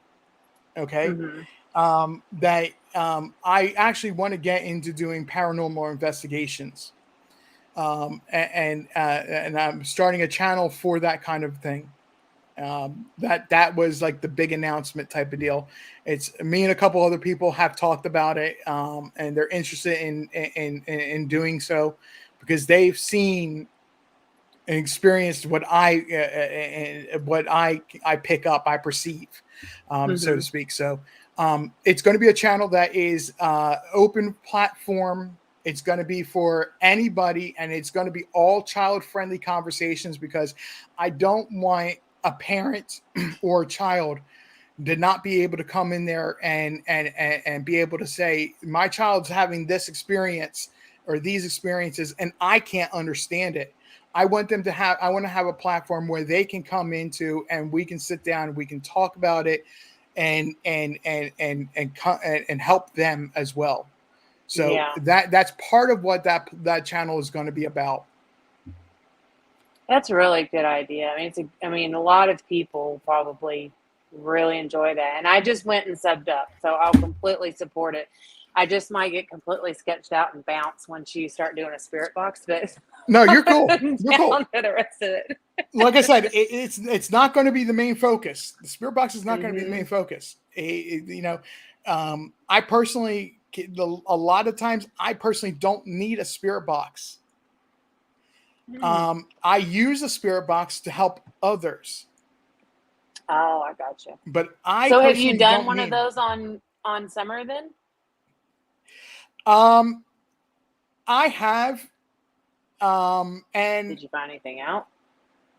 nothing that there was some information that I could find, I could actually back up, and there was some information I couldn't.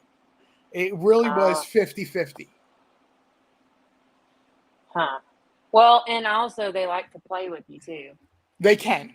They can. So there's that. That's different. Well, that'll be interesting. I'm looking forward to seeing what you do with it. Like I said, yeah, I really want to get into start off with going to local hotspots, Hmm. going to places that are known to be active, Hmm. investigate there, and put some of that information on there, type of deal, and start building like into doing bigger investigations.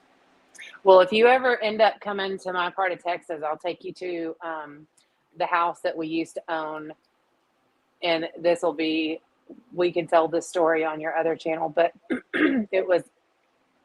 Let's just say that we ended up selling it Mm-hmm. after my son got physically harmed and scratched by something we couldn't see.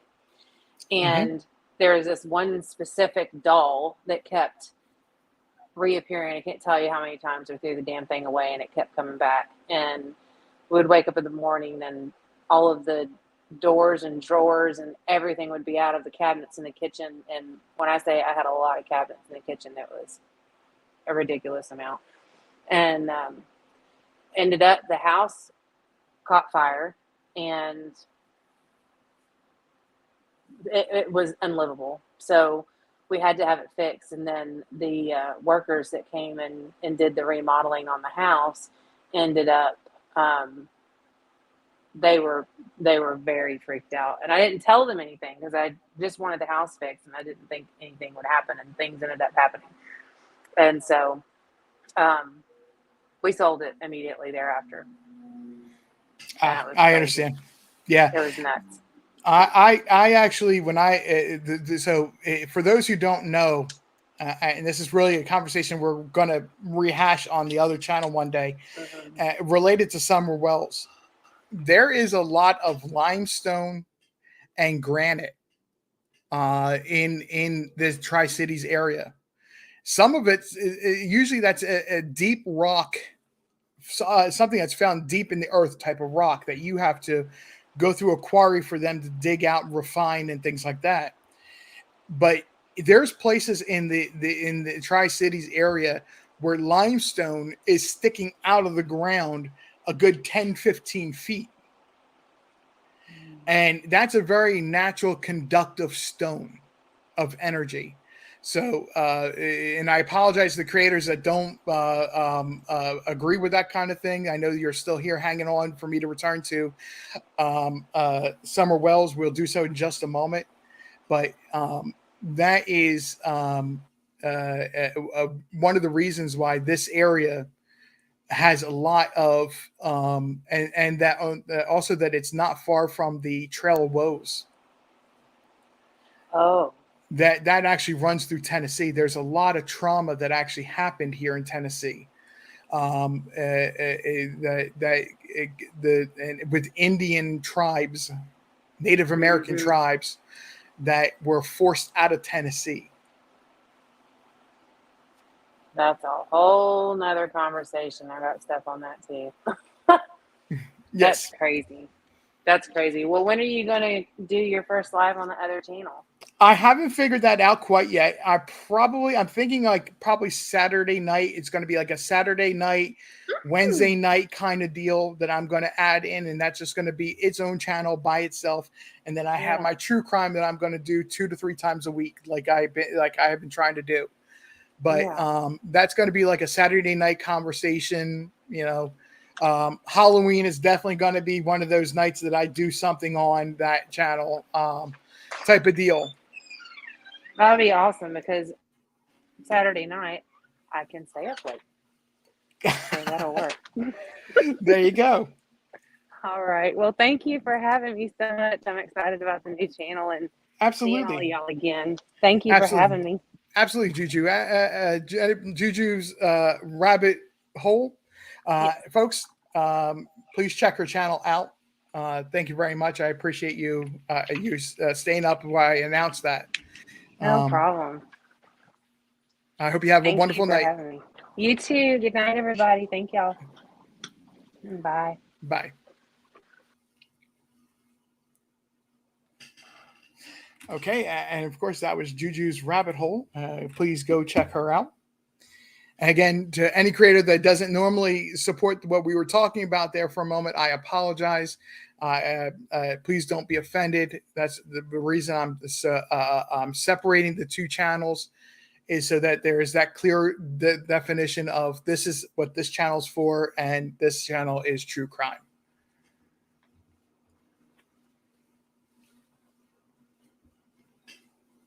Bree Davis, I don't think it's the house that is. I think it's if you do pick up anything, it's coming from the cemetery that's across the road.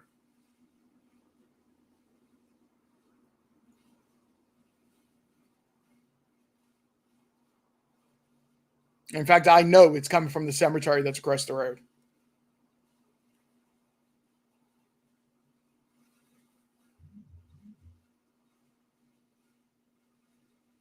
Jack of all trades, hello. I didn't see you come in, but hello. How are you doing this evening?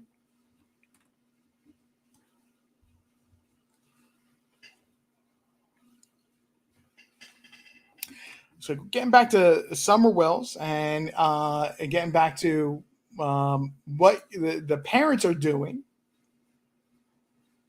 because I really believe that in talking about them,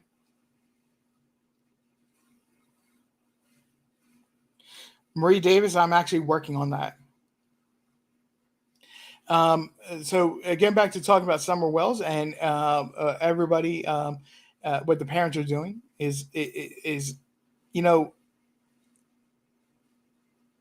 I started off saying tonight that what they're doing is big time problems, is big time red flags of what's going on, and that the um, uh, what they're trying to do is trying to white knight themselves. They're trying to make themselves look like they are the good person. They're the perfect parents, and they care about everybody. They're great Christians. And keep in mind that no matter what they're doing, this is still about Summer Wells.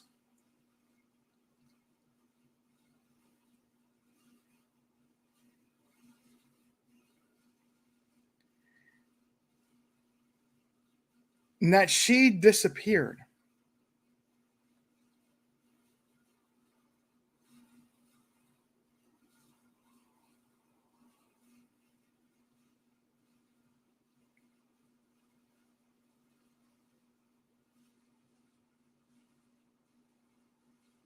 Wisconsin Mama, thank you very much.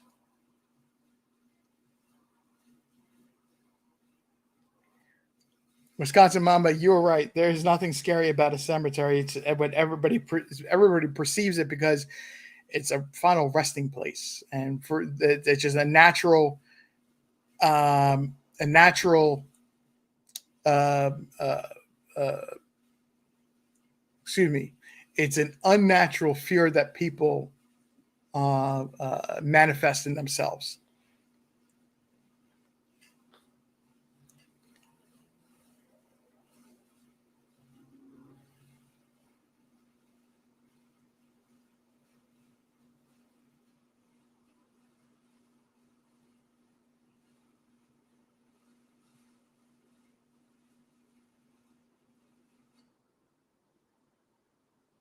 See, Linda, that's exactly why I have that other channel is so I can help people the way I know how to help people in that type of situation. That's why, that way it's a conversation there where it's an appropriate place for it, and where others don't like that being part of true crime.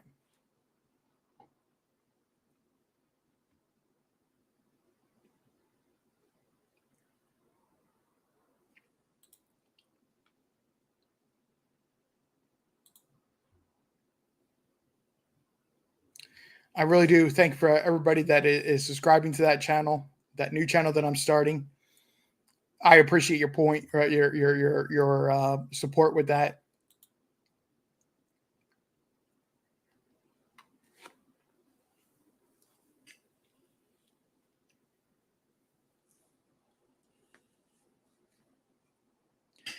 But Summer Moon, Utah Wells, June 15th, 2021.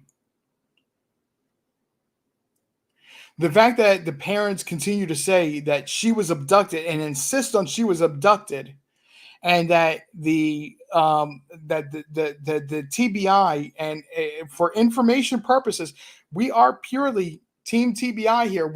You got to go with what the law enforcement is putting out there.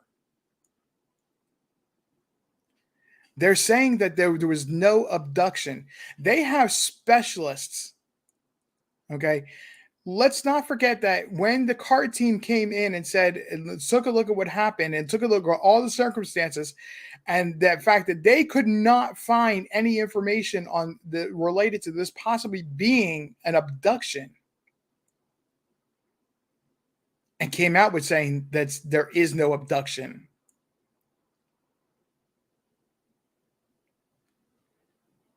If they had said it was an abduction, let's keep this in mind, folks. If they had said it was an abduction, the Secret Service, the police involvement would have gone all the way up to and including the Secret Service. to find Summer Wells.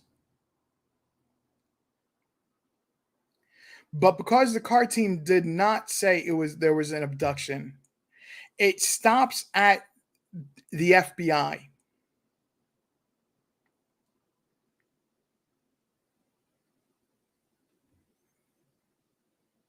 It stops at the FBI.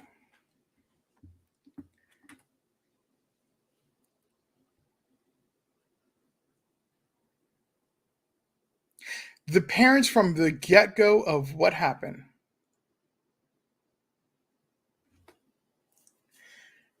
from the get-go of what happened, from the 911 call that was made, Vanna Reeves, I will answer that question in just a moment.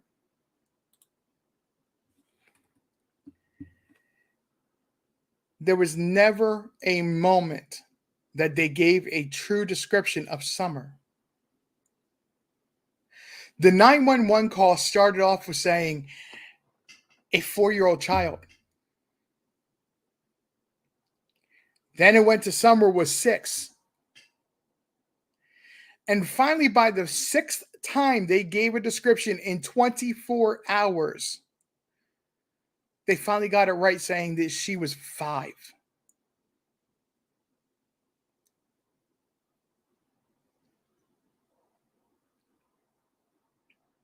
It's not the police that got it wrong. The police only reported what they were told.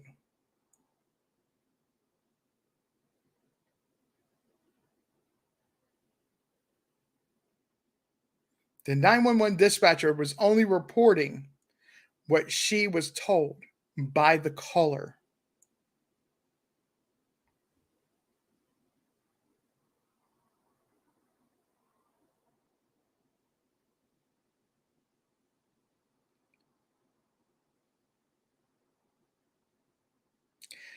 Odd one, that is not correct information.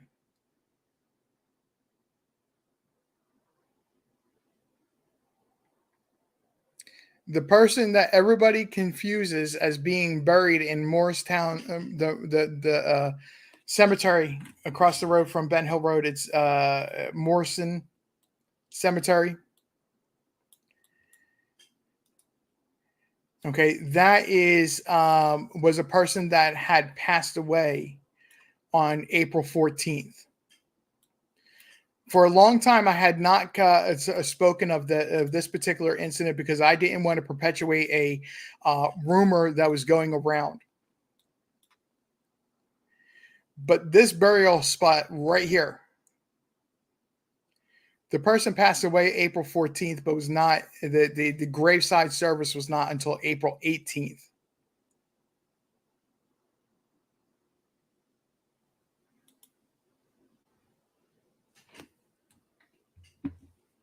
I said April. My apologies. June. The person passed away June 14th, and the services were not until June 18th.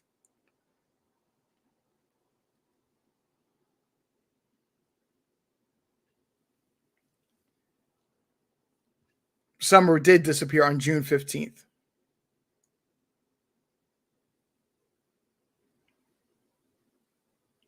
I was asked a question a moment ago that I said I was going to come back to, but I wanted to correct that, make sure that was clear first. Yes, I have been.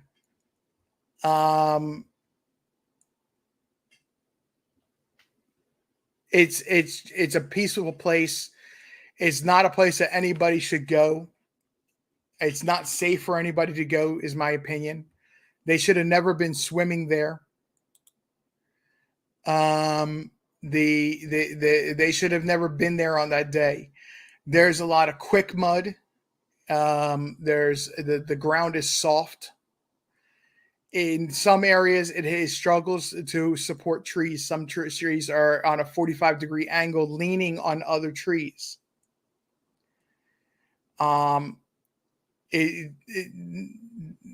If Kingsport or the state was trying to put something there, I don't know of it.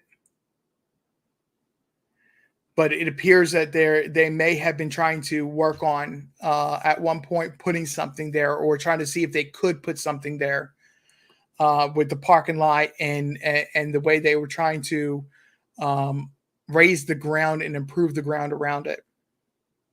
Yes, Alana M, it's not safe. You can literally go on the path that the Chris McDonough interview was, where Candace was standing. They were looking at the water, and to their right, you cannot go to their left. To their left, you cannot walk on any ground on the left. It's quick mud, and I personally experienced that.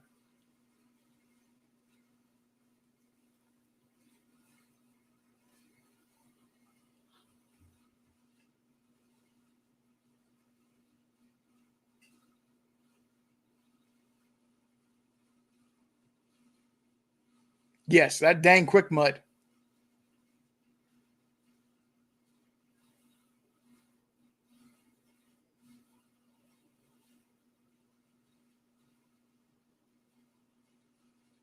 Well, I personally don't. I believe that there's a lot of lies about that area and what happened in that area, but I don't believe that anything actually happened there. I You were asking me if I felt anything. I didn't. I felt complete serenity. Everything was completely at peace.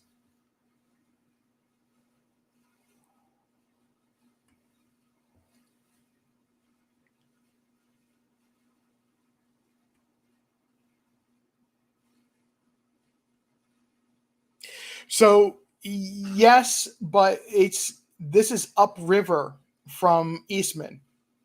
Eastman is downriver, and when Eastman uses the water for cooling purposes or anything they do, they exceed EPA records or EPA standards of the water being returned to the river.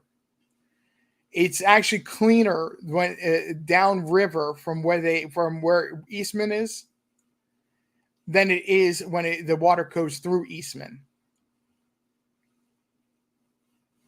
They have their own water treatment plant there beyond what the city water has.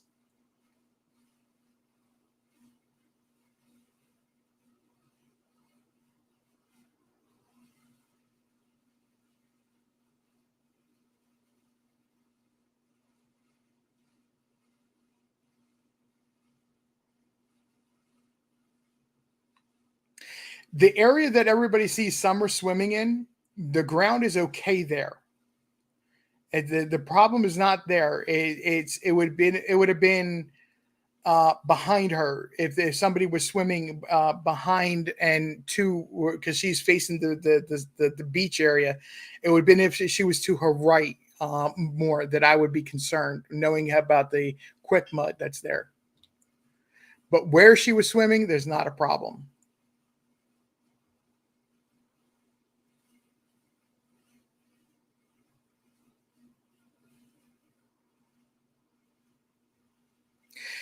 I think her reactions to the horse pond, the horse air, the stables area, and that parking lot area that they were at is more so that she was intending to meet somebody there, and that the when she had that when she's getting questioned about it, she's getting nervous, she's getting uptight because she doesn't want to say the wrong thing and reveal that she was not watching Summer as she wants everybody to believe. She was meeting up with somebody. I don't know the purpose, I don't know why, but I believe that there was somebody else there.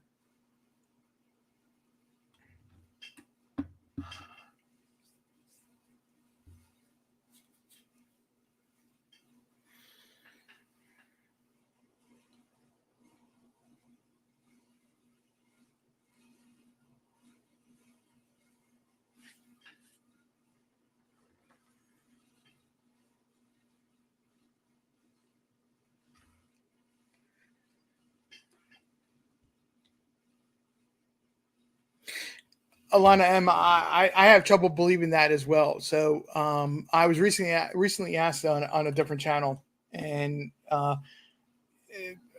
one of Ziggy's channels, what I actually think happened.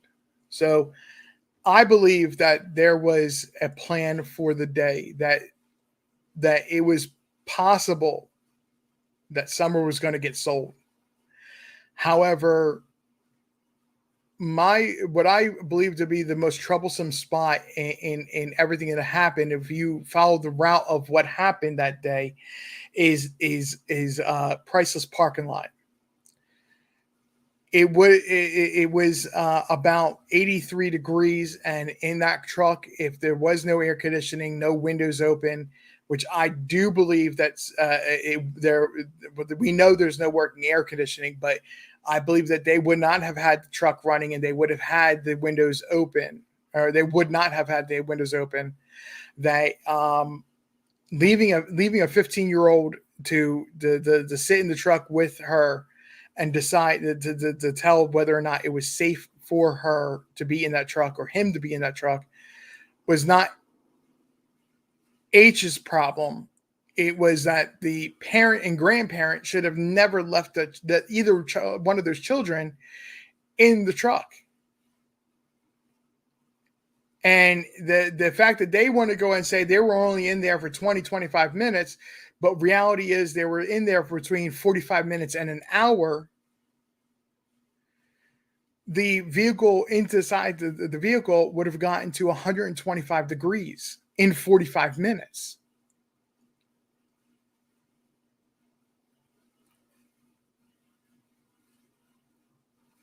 That's where I think that she had begun having a sudden illness, as I say it is. Because she was, after spending that much time, a child trying to fight and resist. And then how many times has anybody seen a child when they're getting sick, they're just miserable and they're trying to fight and they don't understand what's going on, and they're trying to resist and fight as much as they possibly can, and they're just miserable. And then all of a sudden a crash happens.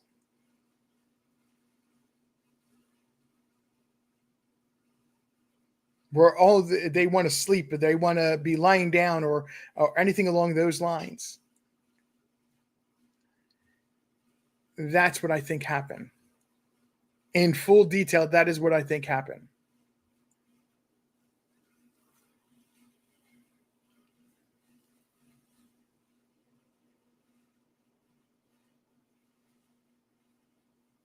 Marie Davis, it's a possibility that I do believe it is the possibility that they did, or the probability is that they did go there, because the items that they were saying they bought was consistent with the amount of money that they would have funded for groceries. Not going down that story right now. Priceless would have been a very interesting. It would have been a very probable place, because of how tight the budget was that they would have allotted for groceries. You can get pizzas for $1. You can get packages of bologna and cheese for like $1 each. It's a wholesale plus 10% type of place. So you can pick up packages of bologna and packages of cheese or packages of ham, and they're 99 cents, and you pay $1.09 for them. Or that pizza where you pay for $1.10, which, let's be honest, Salt Lick has better nutritional value than that pizza. But that's the kind of food that they fed their kids, and that's what they had to eat in their house.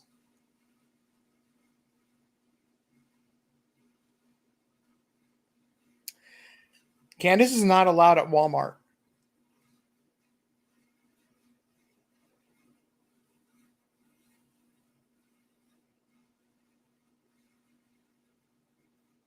Candace is not allowed in Walmart. She's barred from every Walmart.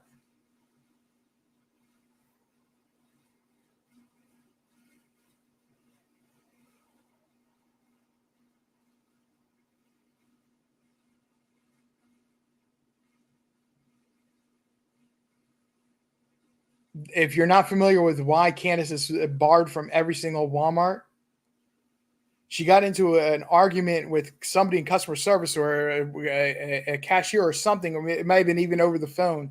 I don't remember the full story, but she threatened to blow up the building. So she is actually barred from every single Walmart.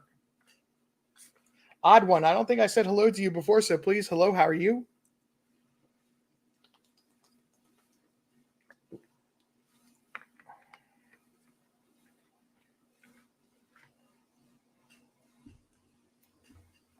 Yep. Canadian cookie, exactly right.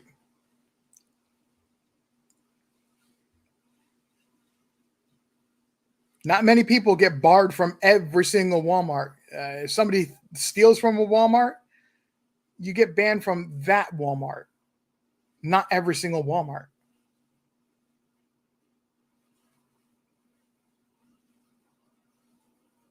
Odd one. I appreciate you doing so. Thank you very much.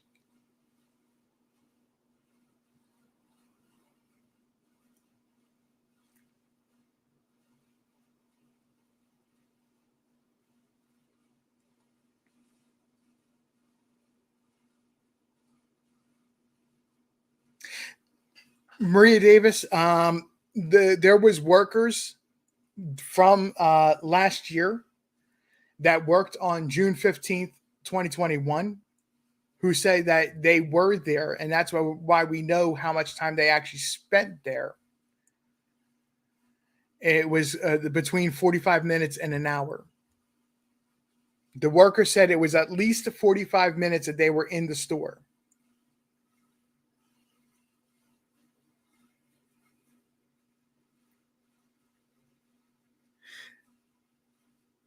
Peas in a pod, but they do have surveillance system and they do have facial recognition software, I believe.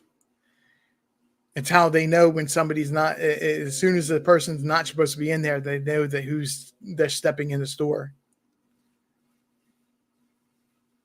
And they have binders of people that are not allowed in Walmarts.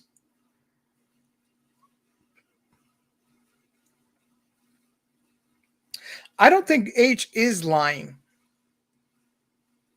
I think that H is probably the only person or the main person that you can trust information from. I'm not going to say I'm not going to say he's like he's got every single detail down. But when you're talking about a timeline or a story of events that happened, when you go back and listen to what he had said with Chris McDonough, and listen carefully because not every single thing he's talking about was referenced to that day. Sometimes he was saying the day before or a few days before, and sometimes he was saying there was a plan for this upcoming Friday or that upcoming Friday, the 19th or 18th, rather. I'm sorry. That there was a plan to go to a water park in Jonesboro.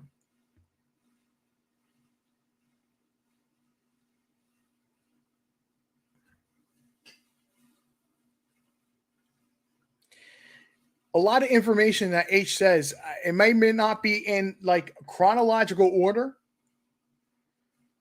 but when you listen to what I believe he's probably the only person that has told information that gives pause to what happened or where they went that day when they were in Kingsport.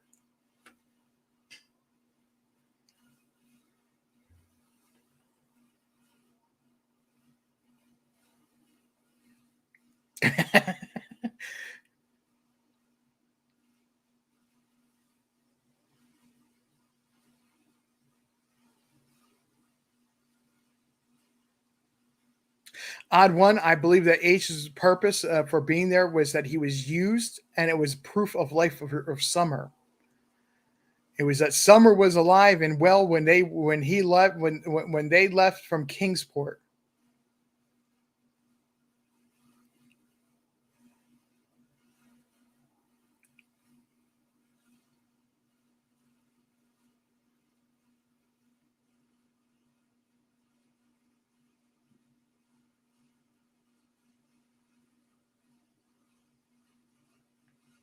Kylie Ryan, thank you very much for coming out tonight. I don't think I saw you earlier or said hello. Appreciate you being here.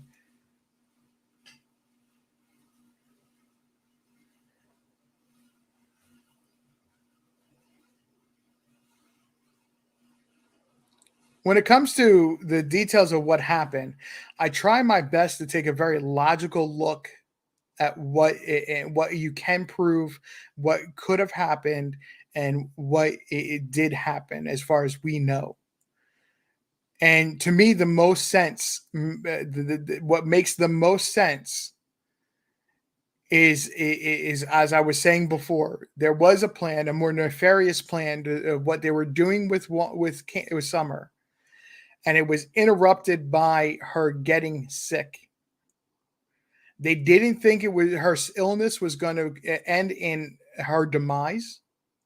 However, when they realized she was seriously sick, it was too late. They had a point in time where they could go to the hospital and get medical care, and they didn't.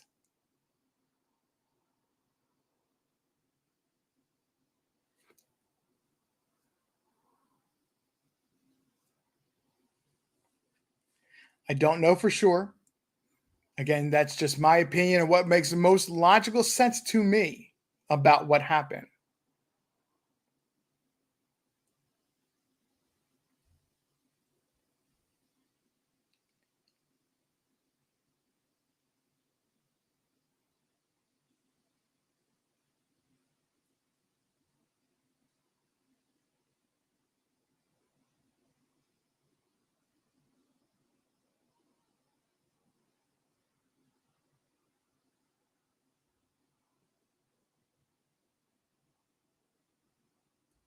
Find Summer's Truth, thank you for coming out.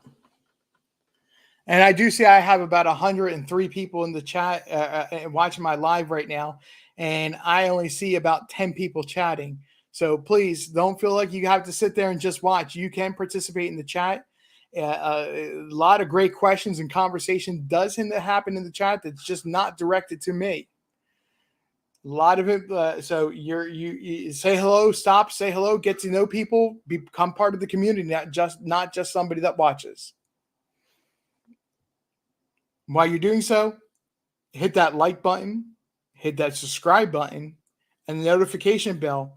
So you'd get to hear or find out when I go live. Again, if you'd like what I'm saying and think that that I do a good job, I am approaching 1,000 likes, subscribers, putting me over 1,000 subscribers. Why we are mentioning this, why I'm mentioning that rather, is I will never ever hit that monetize button. That is a promise to you, because I don't believe that it's correct for myself to make a penny off of talking about missing kids and true crimes. Tragedies that happen to people, I'm not interested in making a penny off of what happened.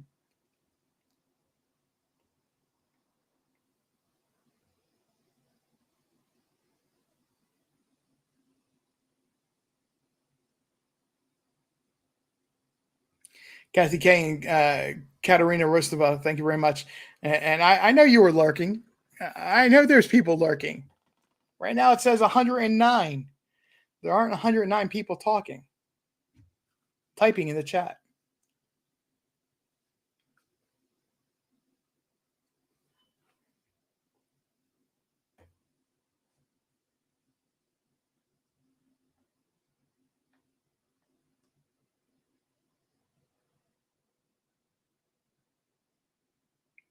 Dolores Hayes, I hope you get better very soon. I hope that migraine goes away for you. Hello, Michelle Reed Duncan. Thank you very much. See, that's a new person that I didn't know was watching my videos. Thank you very much, Michelle.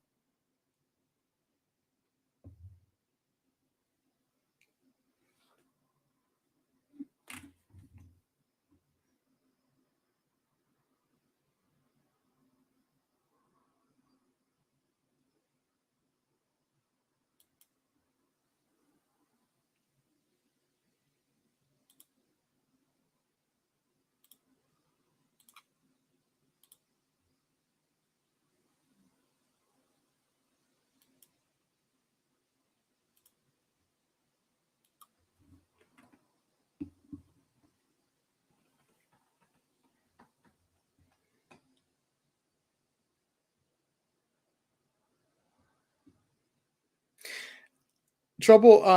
I never saw the post that H posted and deleted on Facebook. I don't believe I ever saw it. If I do, if I do, if I have seen it, I just not recalling to my mind. But so unfortunately, I can't comment on that one. Um, I really wish I could. If I had seen it, I would. I would tell you what I think of it. Um, Renegade Uncensored. Thank you very much for coming out tonight.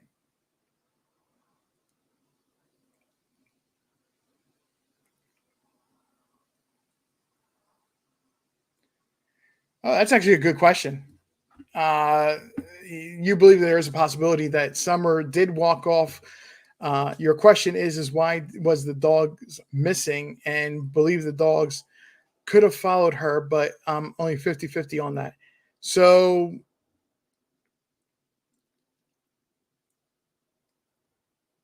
you're when you said the dogs were missing, are you referring to when Chris McDonough showed up or on June 15th itself?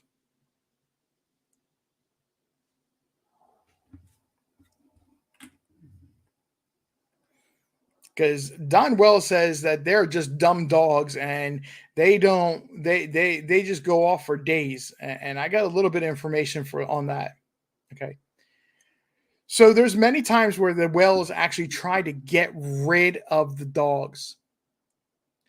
There's a story of when the scent dogs were on the property that they put all the dogs in one of the vehicles. I can tell you that wasn't uncommon. They actually loaded the dogs in the vehicles and occasionally try to get rid of them by taking them to different areas in the county and letting them out.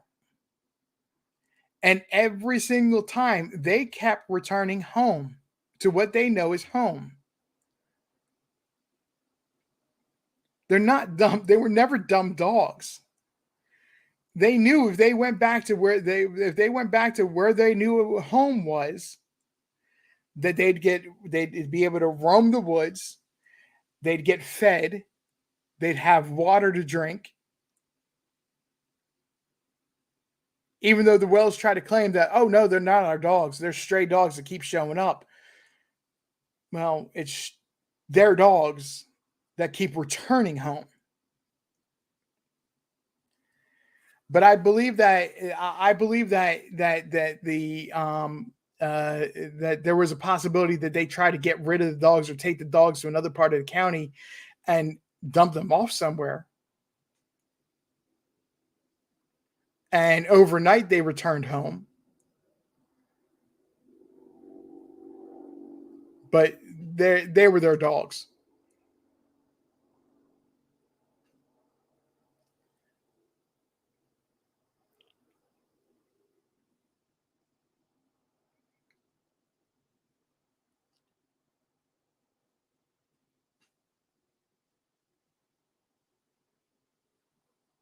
Yeah, Dolores, exactly. Exactly. The dogs were there. If you saw the reaction to the dogs had when Chris McDonough had showed up to the property, and don't think for 1 second that they wouldn't have had that reaction when the police showed up to that property,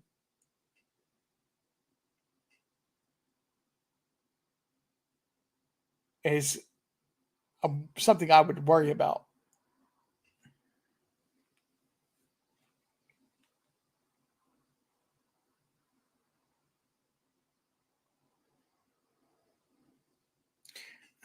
Peas, is that peas in a pod? You're asking a question or making a statement here.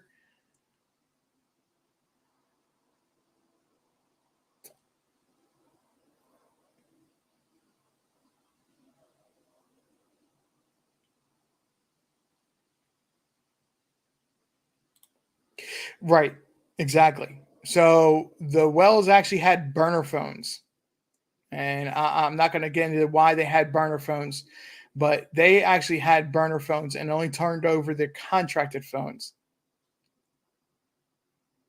from my understanding.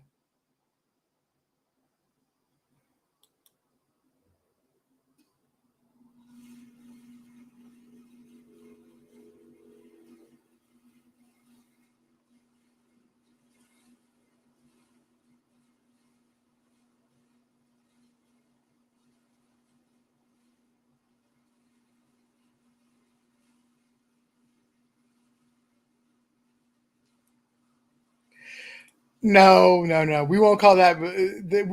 That's just getting a snack. You're good with that. You're fine with that. That's not lurking. That lurking is sitting in there, and I know you mean it as a joke. I'm just saying it is not participating in the chat at all. You were participating in the chat.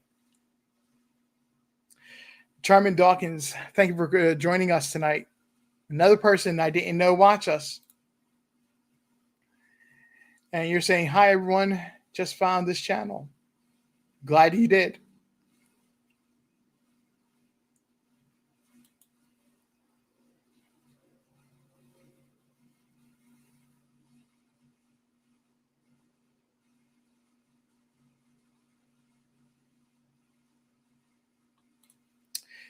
Candalee Woodward Stone. Good evening. I subbed to your channel a few days ago. My thoughts is everyone on that hill know what happened to Summer, but they won't talk.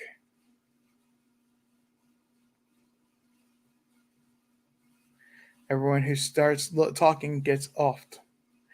That it's either them or somebody close to them gets. It appears that way. Yeah, I would agree with you. I don't know if all these other deaths that unexplained or strange deaths that surround them are related like that. However, it does on the surface appear that way. But you have somebody like Jody Sue Brown, who originally I thought that was part of the disinformation or misinformation, and actually may have been at one point, has changed her what she says. Not so much what she says, but how. In some ways, she has changed what, but it's that she's no longer associating with doing that. No longer part of the confusion.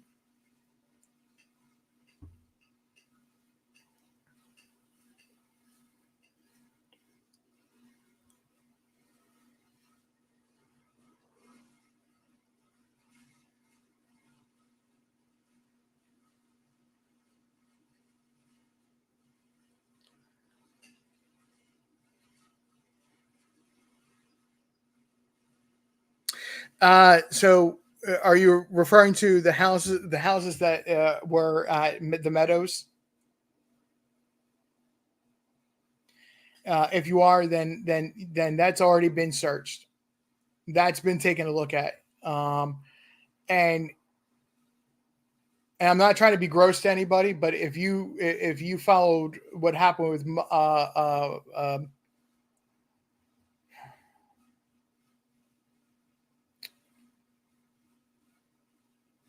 if you followed what happened with, I'm sorry, I'm having a mental blank on her first name, little girl from Manchester, New Hampshire, last name is Montgomery. And with the affidavit information that just came out, if something were like that to be happening, thank you, Trouble Harmony. Thank you very much, Carrie. I appreciate that.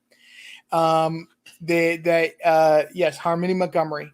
If you followed what happened with her and followed the channels I talked about and covered, in fact, I would say go watch Juju Rabbit Hole. She was on here earlier. She actually covered this and showed the photos. If somebody were to be hidden in walls, and I'm not trying to be gross, I'm not trying to make everybody sick or anything like that, you would be able to go and see what the person hidden in walls or hidden in a ceiling would do to drywall. As they sorry, I'm going to be gross for a second. I apologize. As decomposition happens, you really need to go take a look at that. So there's no evidence of her being hidden in any walls.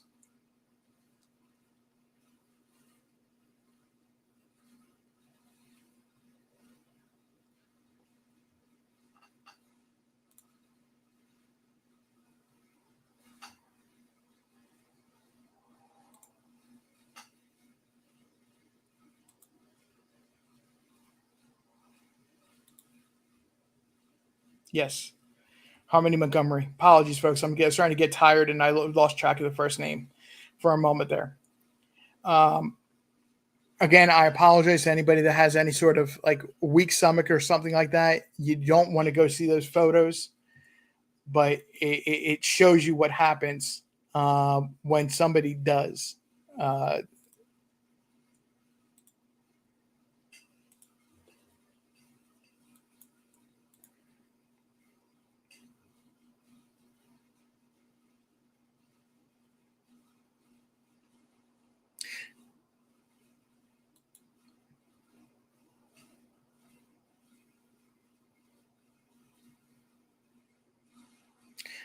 The only reason in Renegade that they're saying that the screams are unfounded is because there's no way to prove it.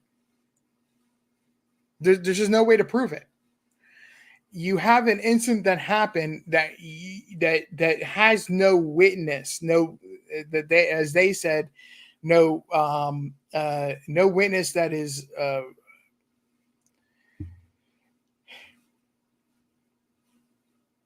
Let me just explain it this way. You have two people that are saying they heard this scream and want to verify each other's story. You're having a 5-year-old out in the woods on a summer day, late spring, summer day. They're claiming may have screamed.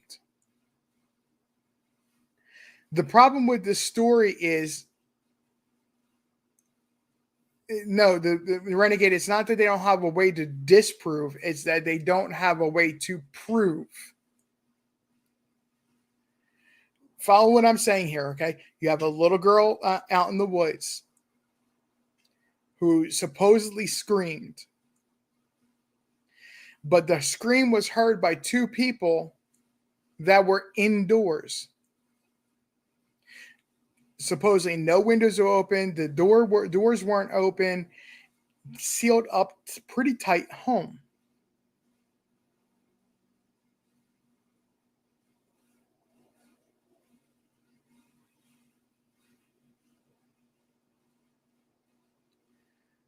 The problem isn't to disprove it, it's this problem is to prove it, because everything else that they know factual about what the people said when that they're reporting they heard this.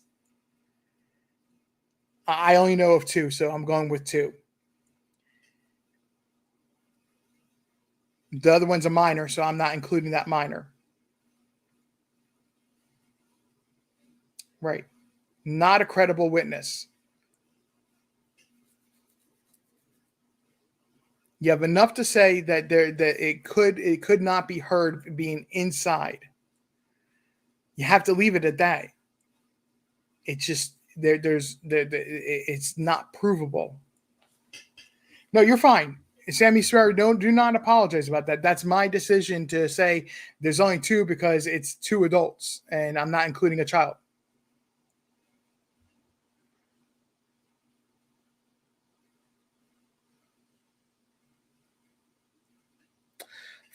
Renegade, from what I've heard, it's JSB and Candace.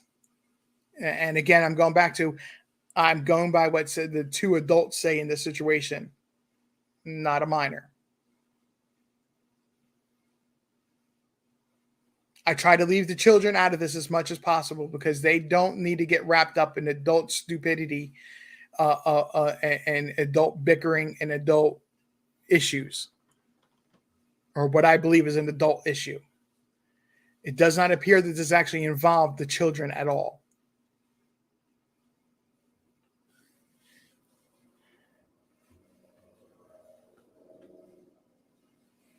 The only reason I give any sort of credence or credit to H is because it's on video.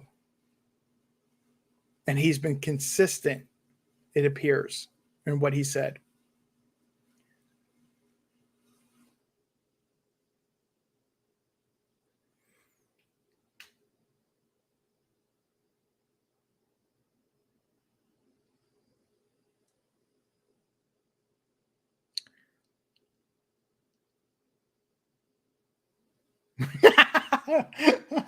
Oh, Miss Justice.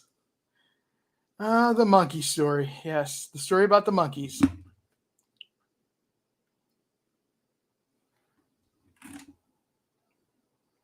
No, there are no monkeys in the woods of Ben Hill Road or the mountain range or whatever it is called out there.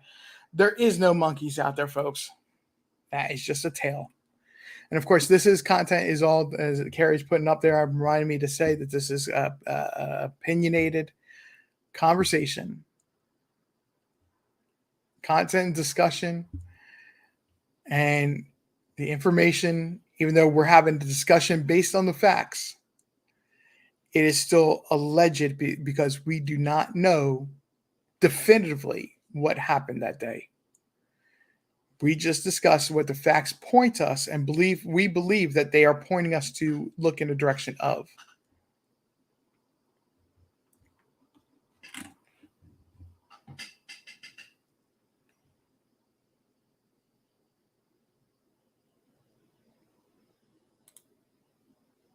Right. Right. Okay. So find Summer's truth because it didn't fit into their narrative. It didn't fit into the narrative of what they wanted everybody to know what happened, the sequence that happened.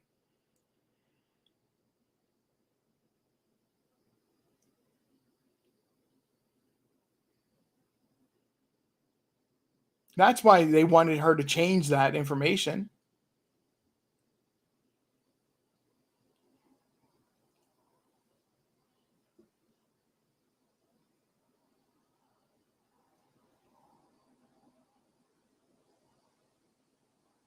Yes, I know there is a story out there that floats around about 4 monkeys and a meth lab and Beach Creek.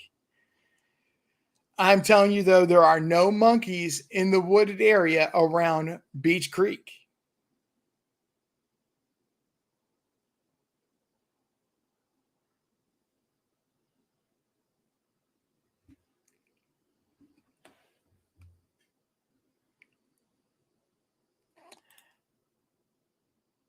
Just my opinion, but I agree with what Carrie's saying.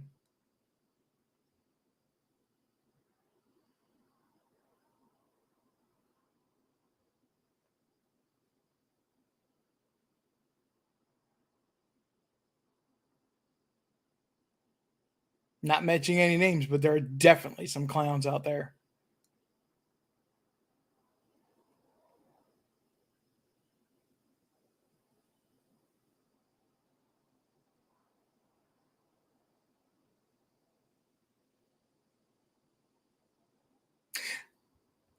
Renegade, I agree. I wouldn't change my story if I heard something out there either. But again, we're going by as far as what we know the facts of the case are, because outside of H, which even he will admit or would admit to Chris McDonough that the police have told him that he's not allowed to speak to a 2-hour block of time on the 15th. He's not allowed to speak to about it unless it's to law enforcement.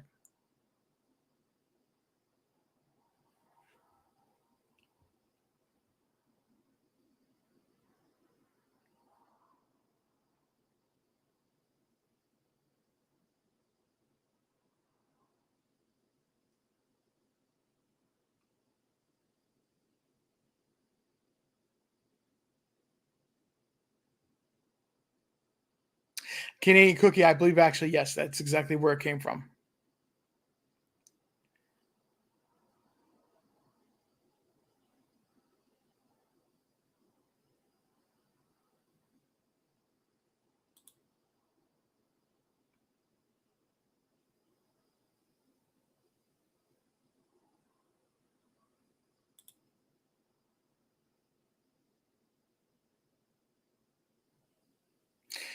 I don't believe that H.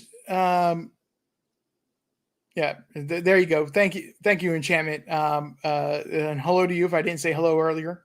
But that is where the story was listed. However, like I said, there's no monkeys out there, folks. If there were monkeys out there, Tennessee gets cold enough that they would not have survived a winter.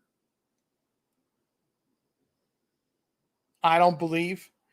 So they would have gone south, gone to climate that's more favorable, and you would have seen them. People would have seen them leaving and reported it, that there's monkeys, especially crossing I-81.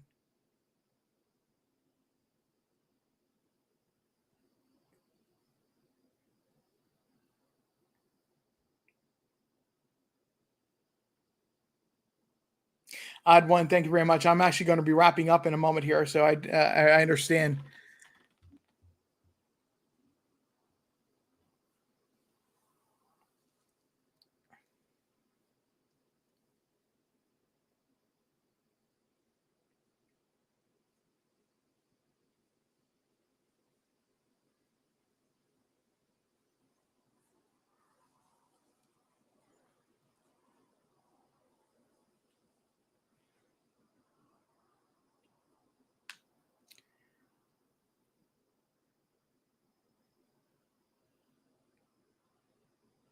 Captain Monkey couldn't survive in East Tennessee. No, Dolores, I don't believe so either. I don't believe so. Um, while, like I've said, the past couple years, we really haven't had a winter here. It's gotten cold. It's gotten cold a few days. It's been, but we haven't had like a real winter in a few years here. Um, but that's getting into weather and science and things like that, and why it happened, why it didn't happen. And honestly, I'm not that good at science to explain it.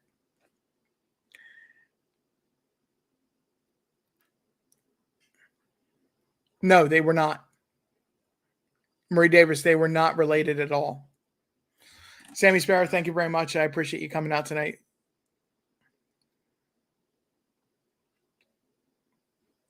That is the scenario that I was putting out there. Of they had something very nefarious, but a sudden illness had happened. That is firmly what I believe it is. This is an accident that was covered up. I don't remember how long ago it was. Now I'm going to say probably 3.5 months ago. I might be off on the date.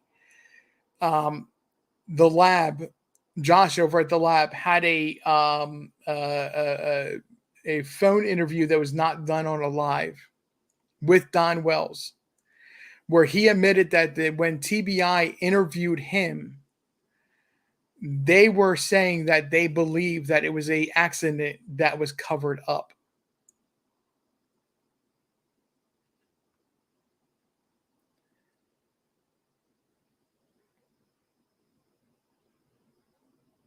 Who used to be married? Because Candace and Don are married.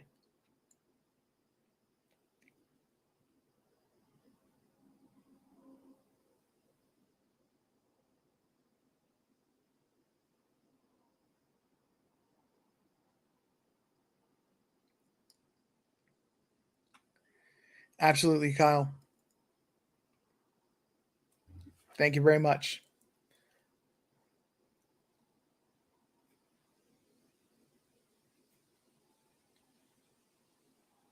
No, no butterfly kisses. No, they're nothing to do with each other at all. They didn't even know who each other was. That they didn't even know who each other was.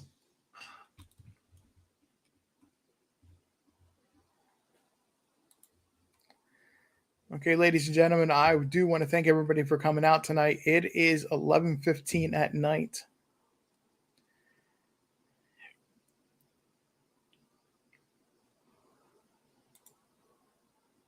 Exactly, Alicia P. The parents never displayed emotion or sadness or grief. Or if they did, it was so overplayed. It was like, this is not, this is, there's something crazy going on here. Keep in mind that when Candace finally became emotionally involved in Summer disappearance, it was said, she said herself that it was because she had to consider how it was affecting her boys. And when she saw that it was affecting her boys, being paraphrasing this again, when she saw how it was affecting her boys, that is when she became emotionally involved.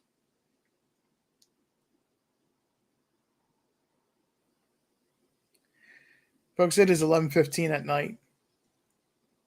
As always on our channel, we always end with saying, do you know where your kids are?